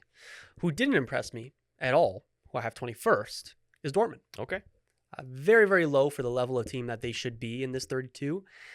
But there is nothing good, really, to take away from that performance against Fluminense. They were not the team with the better chances, right? It was Kobo's double save that kept them in that game to start, right? If they lose that game, they're much lower on this list because that performance, a lot to be desired there. Yeah. And they need to get their act together in their second game. Maybe by the time this comes out, they would have, and then the list is fucked. I don't know. But, yeah, what did you make of Dortmund's performance? I have Dortmund 20th, so right after. Oh, good. Okay. Yeah, exactly what you said. Very disappointing. Not looking like what they were at the end of the Bundesliga season. Yep. So they need to pick things up for sure. But also a great performance from Fluminense, who kind of shut them up. Exactly. Yeah, very tight between them. Like I have Fluminense not that much higher than Dortmund, if I'm being honest, just because of the expectation I had of Fluminense going into it, the kind of level of teams before entering the tournament. Yeah, my list has some holes, but anyways. You said your 21st. Have you said your 20th? I said my 20th. It's Borussia Dortmund. My 20th is this team right here. Ah. I have Benfica in 20th. We talked last week about kind of their expectations entering the tournament, like kind of the whole situation around the club. You have the elections coming up. You've had a disappointing season in Portugal where you narrowly miss out on the title. You have bright sparks in the team, which we have talked at length about, but you needed a good showing in the Club World Cup to get the finances and to really leave a good stamp on this season and look to the future, brightly. And they were going into a very important game against Boca Juniors, who we were saying kind of determines how this group is going to go. And not that they didn't have large spells of dominance, but you go down 2-0 in the first half. And at that point you were thinking, oh my goodness, this is a disaster. We're getting outplayed by a team who has struggled in Argentina. And luckily in the second half, again, they did show their quality. They did come back. And even with a man down, they looked solid, but it was, I think, too little too late. I think, ironically, in the second half, you showed that you should have been winning or on the front foot the entire game. Yeah. And I really, really did not like this performance from Benfica. Bright spark. You want to look at this half glass full? We're playing Auckland City today. By the time this comes out, maybe we have smashed them 5-0, 6-0. If we drop any points to Auckland City, you're moving down to 27. They are 32nd. They are 32nd or 31st. Fair enough. Actually, no, Auckland City would Auckland fucking would rise. be Yeah, ahead so then, they'd be 32nd. Yeah, for me, Benfica are 19th. Again, it's the same. Yeah. It's the same exact thing. Yeah. You needed this tournament to make a statement, right? After the season where you finished second in almost every department, Taça de Portugal, the league, everything. You finished second. You're second best. You needed this tournament, and so far you haven't shown up. So 19th for me. Yes. Yeah. 19th for me. Did you say your 20th? Yeah, my 20th was Dortmund. 19th. Benfica. Okay. Yes. 19th for me is Fluminense. Okay. Yeah. Wow. I know. Wow. I know. I feel like you have Fluminense much higher. I have Fluminense much higher. Yeah. Much higher. Again, their performance against Dortmund is like very close. They did have the better chances in that game, which is why I have them higher. But it's like, I think the teams above them have shown more promise relative to their expectations coming into this tournament for me. I really liked their performance against Dortmund. I really did. Too. I really did. There's a lot of bright sparks in that team. They're much higher for me. For me, what are we, 18th now? Moving on to 18th? Yes. Boca Juniors for me. I have Boca in 17th. Yeah. I have Monterrey in 18th. And I have Monterrey in 17th. Look at us, man. Man. 2 peas in a pod. Except for some big differences, but pretty much, yeah. I mean, what needed to be said about Boca Juniors has been said earlier. They have not been performing very well in their league for a long time, and they kind of just, as the commentator said, they kind of just picked it up. Yep. It's probably been the best game in a couple years. Is that what he said? Yep, that's what the commentator said. And I mean, their passion alone warrants them to be in the top 20, in my opinion. Yep, they had the fans on their side in that game. They had the commentator on their side in that game. Screw that freaking commentator. But a solid showing from Boca Juniors. You kind of think like, they were a man up for a big portion of that game. Yeah.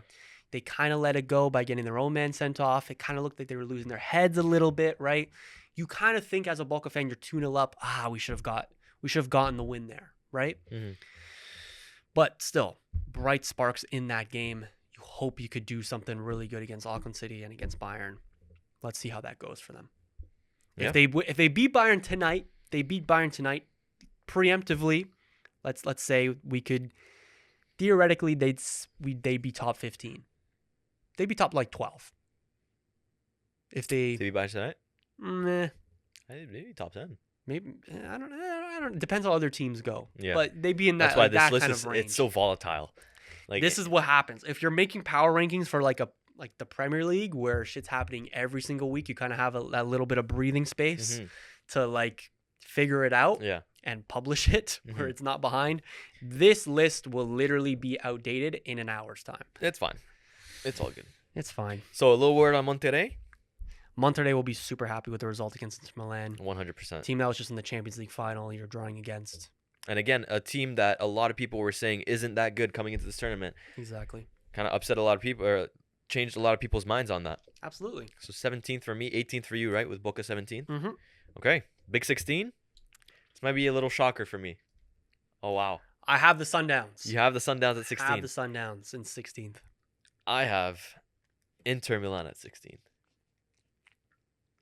Okay. Very disappointed with Inter Milan. Sure, it's a new coach, but I'm still disappointed. I think you need to start your campaign off with a win. You need to start it off, especially against Monterrey, who, as we said, aren't on the best patch of form in their history right now. So I'm a little bit disappointed with this Inter team. I said that they were going to be the flop team coming into this because all factors considered, they have a new coach. They just lost 5-0 in the Champions League final. It's not, the morale of the club isn't great. I'm expecting much more from them in this tournament, and I think they can. I mean, I think they can do better because they're playing against who are they playing against?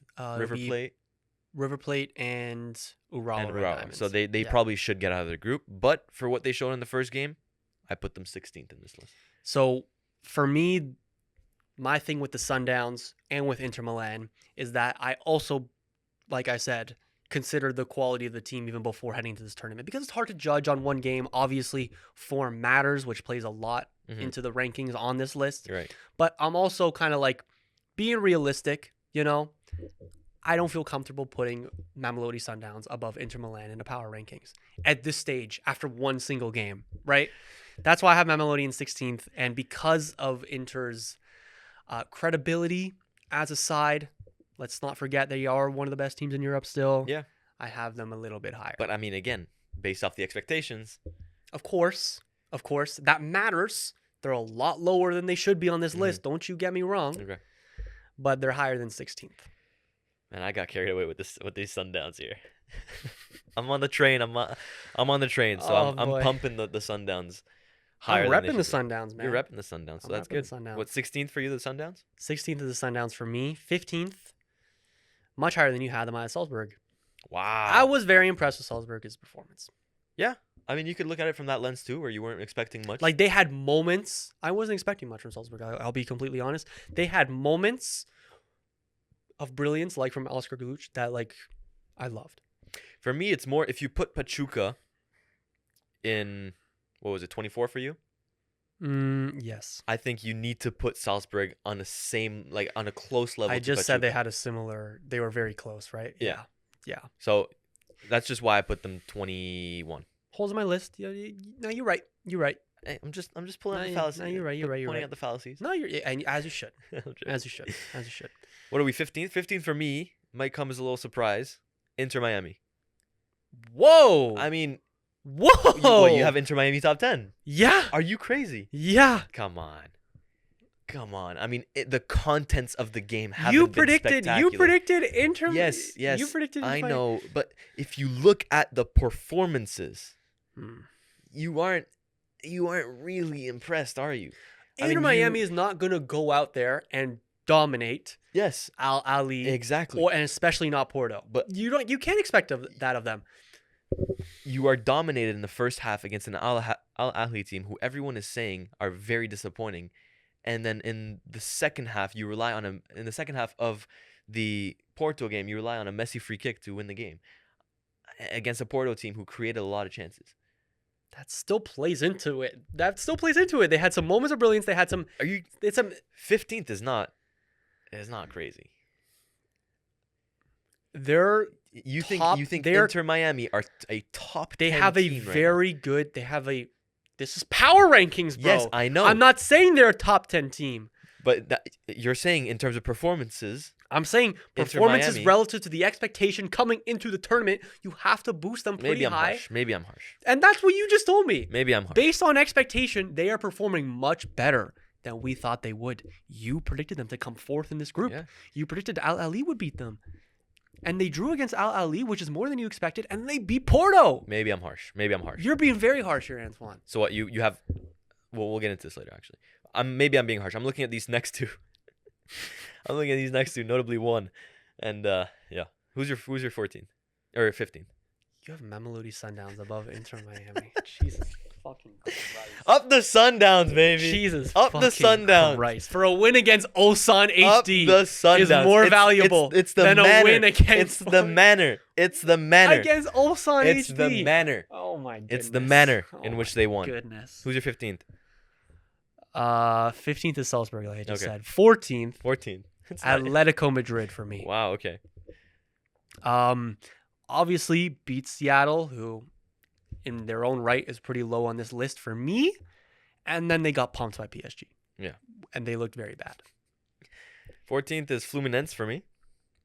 I have Fluminense over Inter Miami. Looking back at this, maybe they should be a little bit lower. But I really like this Fluminense team. I don't think...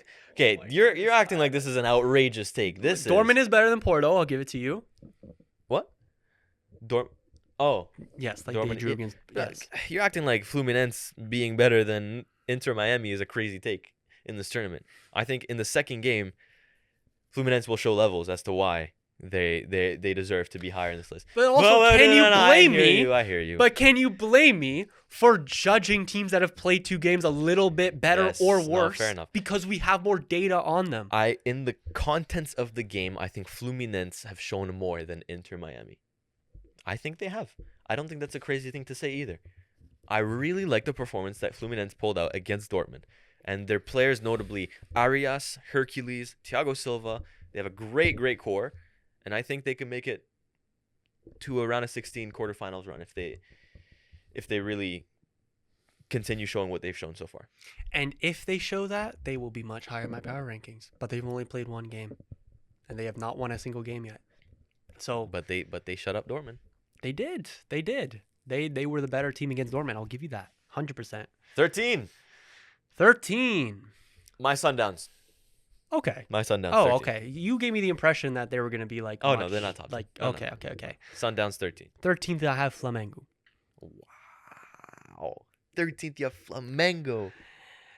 They dominated Esperance de Tunis. Oh my God. And this was kind of like me just listing teams that have won. Looking back at it, maybe. But then, like in your list, have you mentioned Flamengo already?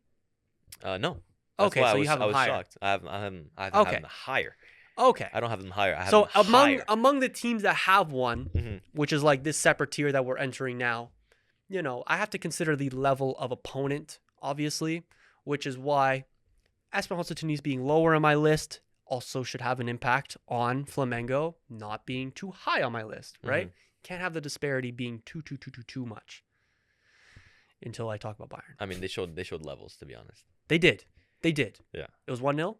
2-0. 2-0? Yeah. And Yes. it could have been more, should have been more. Yes. No, I absolutely agree. But I 12? think there's question marks around the level of Esperance de Tunis here, if we're coming away with anything. Yeah. Fair enough. 12. Mm. Atletico Madrid. Atlético de Madrid. For me. Again, like you said, I'm not going to paraphrase, but you get piped against PSG. If we're making this list yesterday, before the game, Atletico Madrid are low. They are low. They saved themselves against Seattle, and they still showed frailties against Seattle. Yes. So they might deserve to be lower in this list. I put them 12th for now. 12th for me, Inter Milan. Okay. Inter Milan had some moments, but just not a performance that you would desire against Monterrey. Again, they're higher on my list because of that prior reputation European pedigree. coming into the tournament. There's obviously that European pedigree there, and again, they have only played 1 game, so that has to come more into my consideration here. Fair. Give me your 11. 11. This might be crazy. I don't think it is. Real Madrid. Damn. Real Madrid 11. Damn.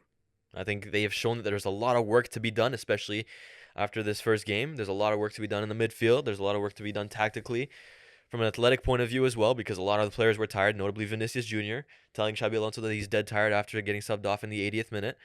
And you can't start the campaign with a draw against Al Hilal, who, with all due respect, played very well. I'm disappointed so far with Real Madrid. Damn. Not even top 10 for Real Madrid is kind of crazy, in my opinion. If they make top 10, it's 10. They're higher than that for me. Really? That's all I'm going to say. What the fuck have you seen that I haven't? No, it's prior reputation coming into Oh my the God. Because look, You're talking about this. Oh, this is a power ranking, and then you're taking into account prior reputation. what did I tell you before we started recording, Antoine? What did I tell you?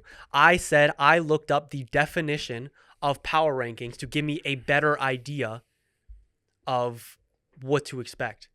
And the definition of a power ranking is their perceived overall strength, not just their win-loss record. Perceived overall strength. No, we're not doing that. They often incorporate factors beyond simple wins and losses like strength of schedule, recent performance, and even subjective assessments to provide more nuanced view of a team's relative standing. So are Real Madrid a top 10 in terms of power rankings in Europe this season just because of their pedigree? No, at the end of the season in Europe, you probably wouldn't, because you also have a sample of like 50 plus games from each team to judge that off of.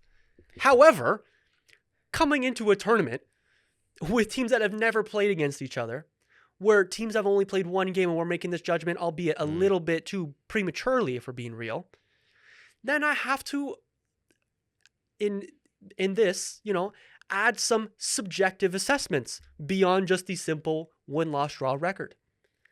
And because of that, I have Real Madrid a little bit higher because I don't know what you saw in that game that I didn't, to be honest. I'm excited to hear. I'm not saying they did particularly well. I'm looking forward to hear you reasoning why Real Madrid is as high as they are, because I did not see many promising things. If it isn't they're more than decent second half, I'd say. But fair. They're promising second half.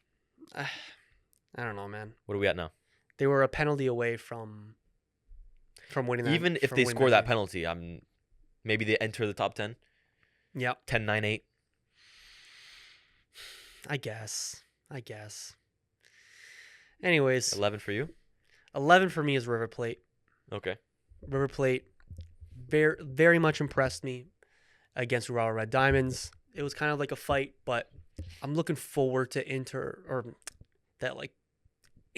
Milan versus River Plate game. Mm-hmm. I really like their position in this group. They're doing themselves very well. Like we said earlier on the pod, they're top of this group, and I like their chances. They're in a very good position to qualify. Very good position to qualify. Yep. That's right. Have them a little bit higher. Big top 10 now. Big top 10. Al Hilal kicks off my top 10. Ooh, I have them at 9. Yeah? Chelsea's my 10th. Okay. Chelsea, your 10th. Wow. LAFC didn't really give much in the Chelsea game, I don't think. I was impressed with their performance.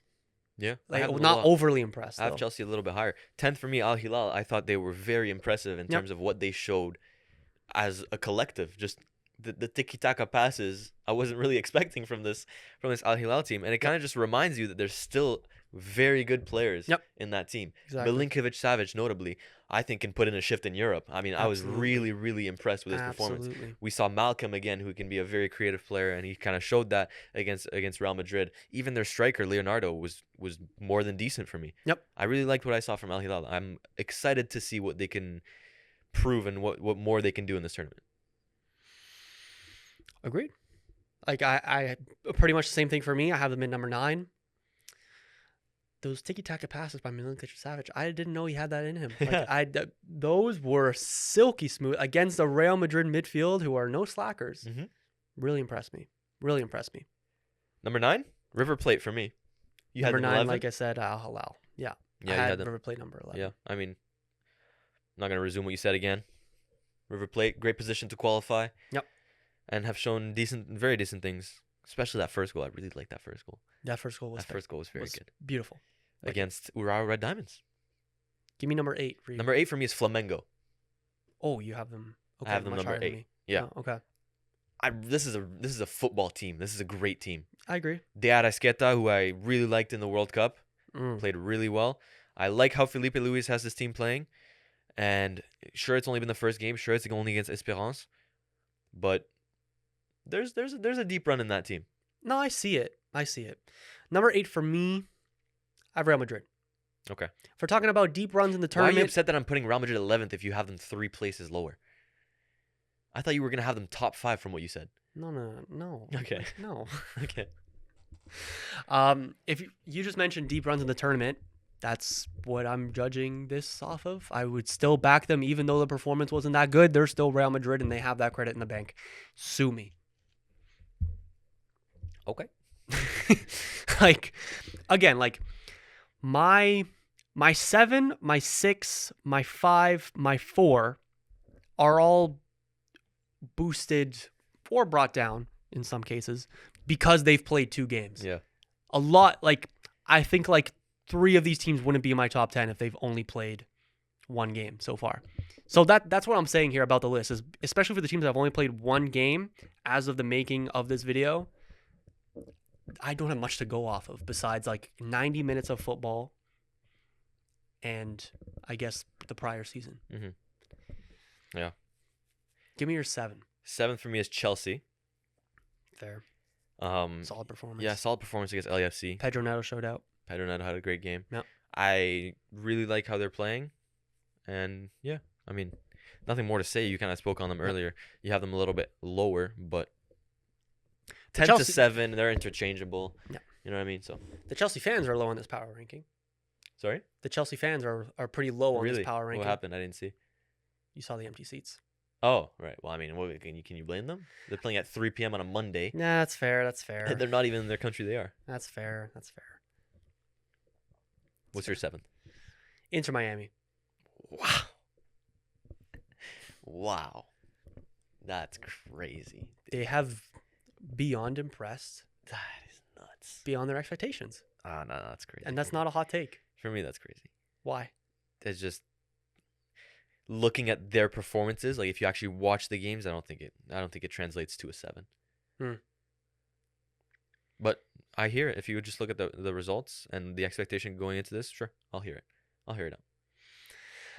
We kind of talked about Inter Miami already, but like I'm really impressed with them relative to the expectation I had of them going into this tournament.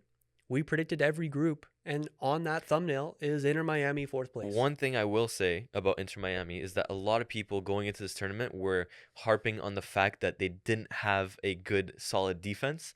I think they've shut everybody that has been saying that up. True. I mean, you don't concede against Al Ahly, who in the first half had a lot of chances, and then you minimize the goal-scoring opportunities that Porto had. Yep. You know, goalkeeper is probably the main guy to praise in terms of stopping big chances from going in. Absolutely. Falcone at center back too. The defense in general has been very good. Yep, that clearance off the line from Rodrigo Mora. Yeah. Very good. See? Sure. I'll hear 7th. I don't think 7th is that crazy. I'll hear it out. 6th. Palmeiras. Good. Only our first or our second match is crazy of the whole list. Or 3rd, sorry. We have Auckland City the same.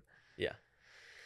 Yeah, Palmeiras, like you can't really say many bad things about Palmeiras. Good little team. Great little team. I'm excited.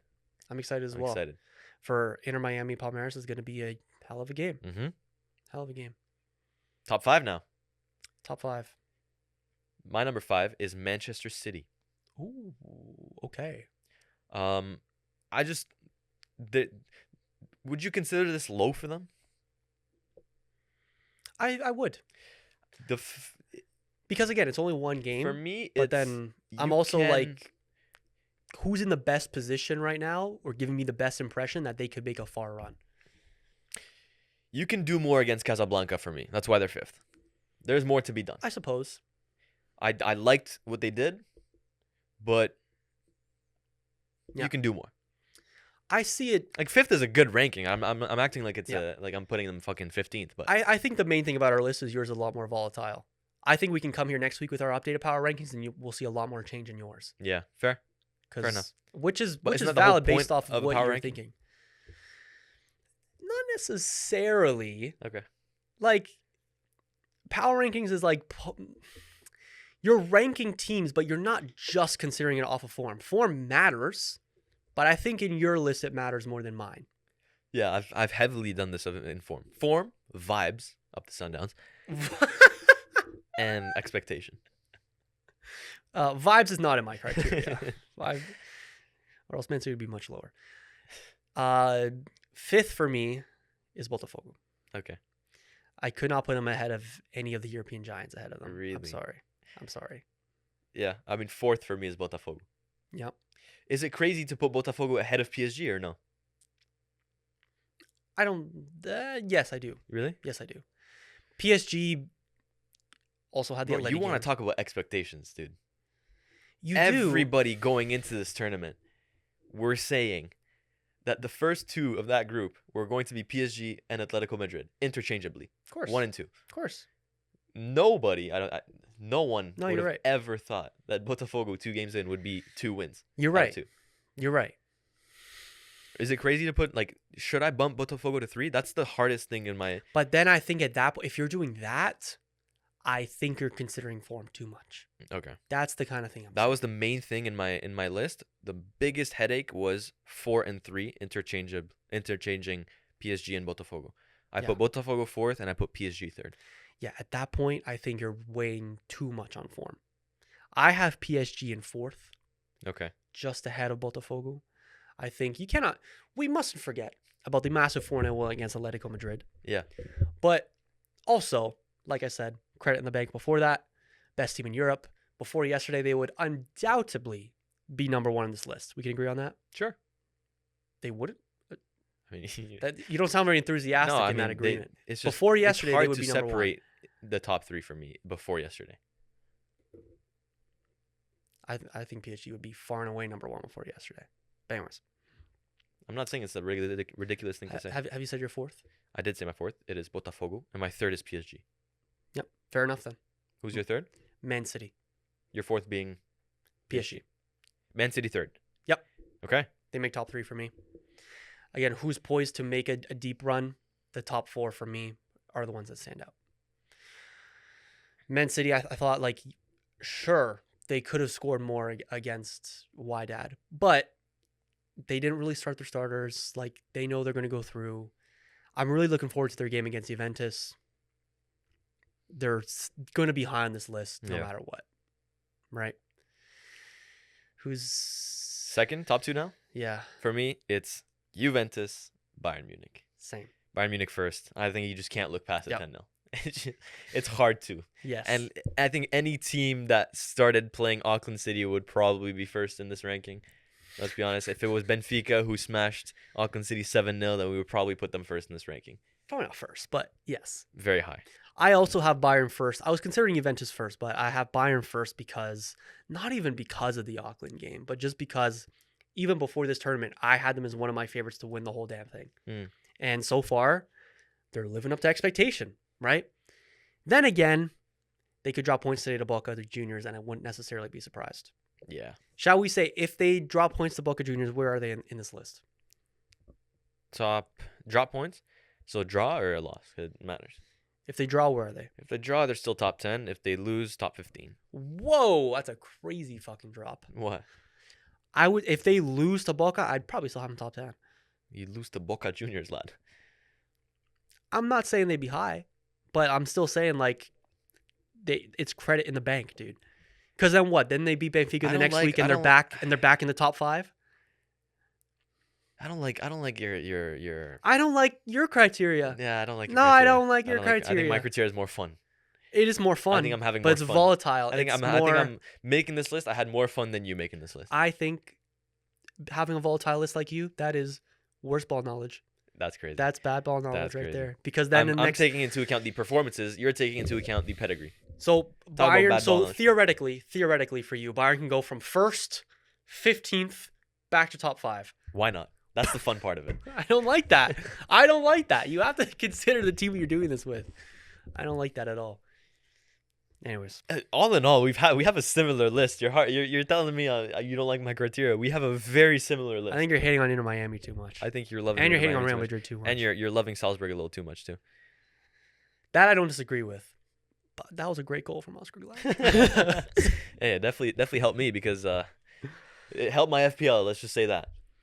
FPL. Fantasy.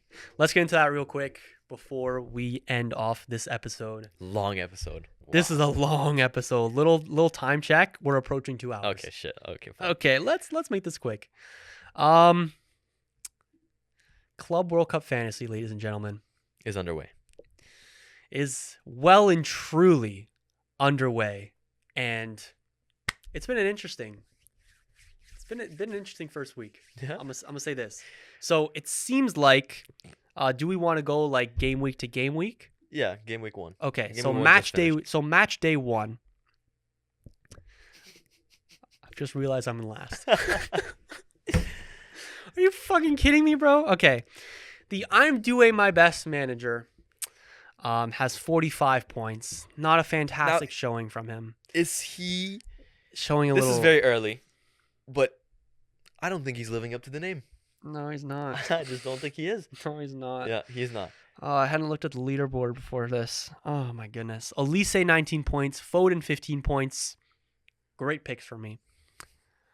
Nobody else got anything. Yeah, no one else. And particularly, the biggest howler for me is Mbappe. captain. Yeah, I think we need to hold a conference, maybe to refresh the rules to the I'm doing my best manager, because I heard, or there's rumors going around that he has no idea that you can change captains midweek and that you can do subs midweek. So maybe just a refresher to all the managers so that the level of competition can be the same would benefit the league a lot. I need to take a course. Is that what you're saying? I need to take a course. I need to go back to school. I think you need to go. I need to get my coaching license. Yeah, I think so. I think so. That being said, match day 2, the I'm doing my best manager feels much better. See, again, the rules refresh is accentuated here because why didn't you captain the guy playing first? In match day 1? In match day 2. In match day 2. You would have. Oh, hey! You shut your mouth. I'll have you know, I'm doing my best manager is captaining Pavlidis, who plays in 8 minutes. Yeah, well, you should have captained Samu, who scored a goal. You would have been on 16 points. Yeah, but then I wouldn't be able to change him. Because why would you want to? Pavlidis is playing Auckland City. How greedy? Exactly. The Auckland City captaincy is the best play, and that's the wave that I'm riding on. That's why Carreras is scoring a hat trick today. Anyways. So moves that the doing my best manager has made is make some mistakes that he's made. Yeah. Brought in Diogo Costa, who's just not playing. That's bad. That's really bad. He had Vardiol starting. Vardiol did not play either. Wow. He also had Mbappe in the team, who of course he captains. Wow. Also, we have to give a little bit of hate here to the association, because their rules are fucked as well. My captain doesn't play. Why doesn't it get changed to the vice captain? Really? It doesn't. Oh, wow. Cole Palmer, my vice captain, ends the game week on 3 points. What's the point of a vice captain? Exactly. Mbappe didn't play a minute. Yeah. He did not play a minute. And Arias didn't come off the bench automatically. You have Arias? Yes. It's fucking bullshit, man. Yeah. Fucking bullshit. You I didn't touch it because I still thought would have been last. I still would have been last by a pretty large margin. Yeah. But yes, I've made changes. I've brought Bastoni in. Dean Huijsen is starting. Vardiol is starting. And Sommer is now in for Diogo Costa. With Inter playing Ural Red Diamonds, fucking love that transfer. Vardiol against Al Ain. Huijsen against Pachuca. Olise against Boca. Fon against Al Ain. Palmer against Fluminense. Adeyemi against... Who's MSU again? Mamelodi Sundowns. Mamelodi Sundowns. Pavlidis against Auckland City. Samu, who's already got me 8 points. And Mbappe against Pachuca. I don't know if he'll play. Same with Vardiol, to be honest with you. So I'll have to keep an eye on my subs. But overall, feeling good. Nice. Let's move on to 3rd place. Have you taken a look at this league already, I feel like? Yeah, okay. Oh, you've been studying. Okay. Yeah, come on. 3rd place is Rodrigo goes to Arsenal. It's Mr. Talibis' team. He had Musiala with 21 points. That seems like the best strategy. Although he did captain Harry Kane, who did not get a single goal or assist against Auckland City. Maybe a rules refresher for him too. Maybe. Would be nice. You can't change a captain after he's played, though. Yes, you can. No, you can't. You can change a captain if your captain has played already. You just can't change to somebody that has played. Yes, that's what it is. Yes. Can't you change your bench too midweek? Yes. Okay, so that's the fucking refresher he needs, because he had Arrasqueta on the bench for 9 points and Driussi on the bench for 8 points. Oh, wow. Both staying on his bench. He did not change it. Interesting. He has Trent, Huijsen, Valverde, all blanked. Big Real Madrid. Salam El Doswari he has as well. Shout out. Yeah. Vitinha for 9 points. Nuno Mendes for 7 points. Cucurella for 6 points. And Bono on his bench as well for 9 points. Oh my God. He has so many on the bench. Wow. That's crazy. Okay, he needs a refresher as well. Damn. He does. What about the number 2 in this league? Mamelodi Miles is reaching heights in fantasy that he never has before. Has he ever reached number 1? I don't think he has. I don't know if he's ever touched top 2, to be honest with you. Mamelodi Miles in 2nd place here, ladies and gentlemen. He had Cucurella for 6 points. He had Hakimi for 7 points. De Arrasqueta for 9 points. Vitinha for 9 points. Lucas Ribeiro for 8 points. Di Maria for 10 points. Omar Marmoush for 4 points as his captain. He has Dembele in his team, though, who he should have known isn't playing. Yeah, shout out. How many points total did he get? He has 61 points, 3 more than 3rd place. And how much less than 1st place?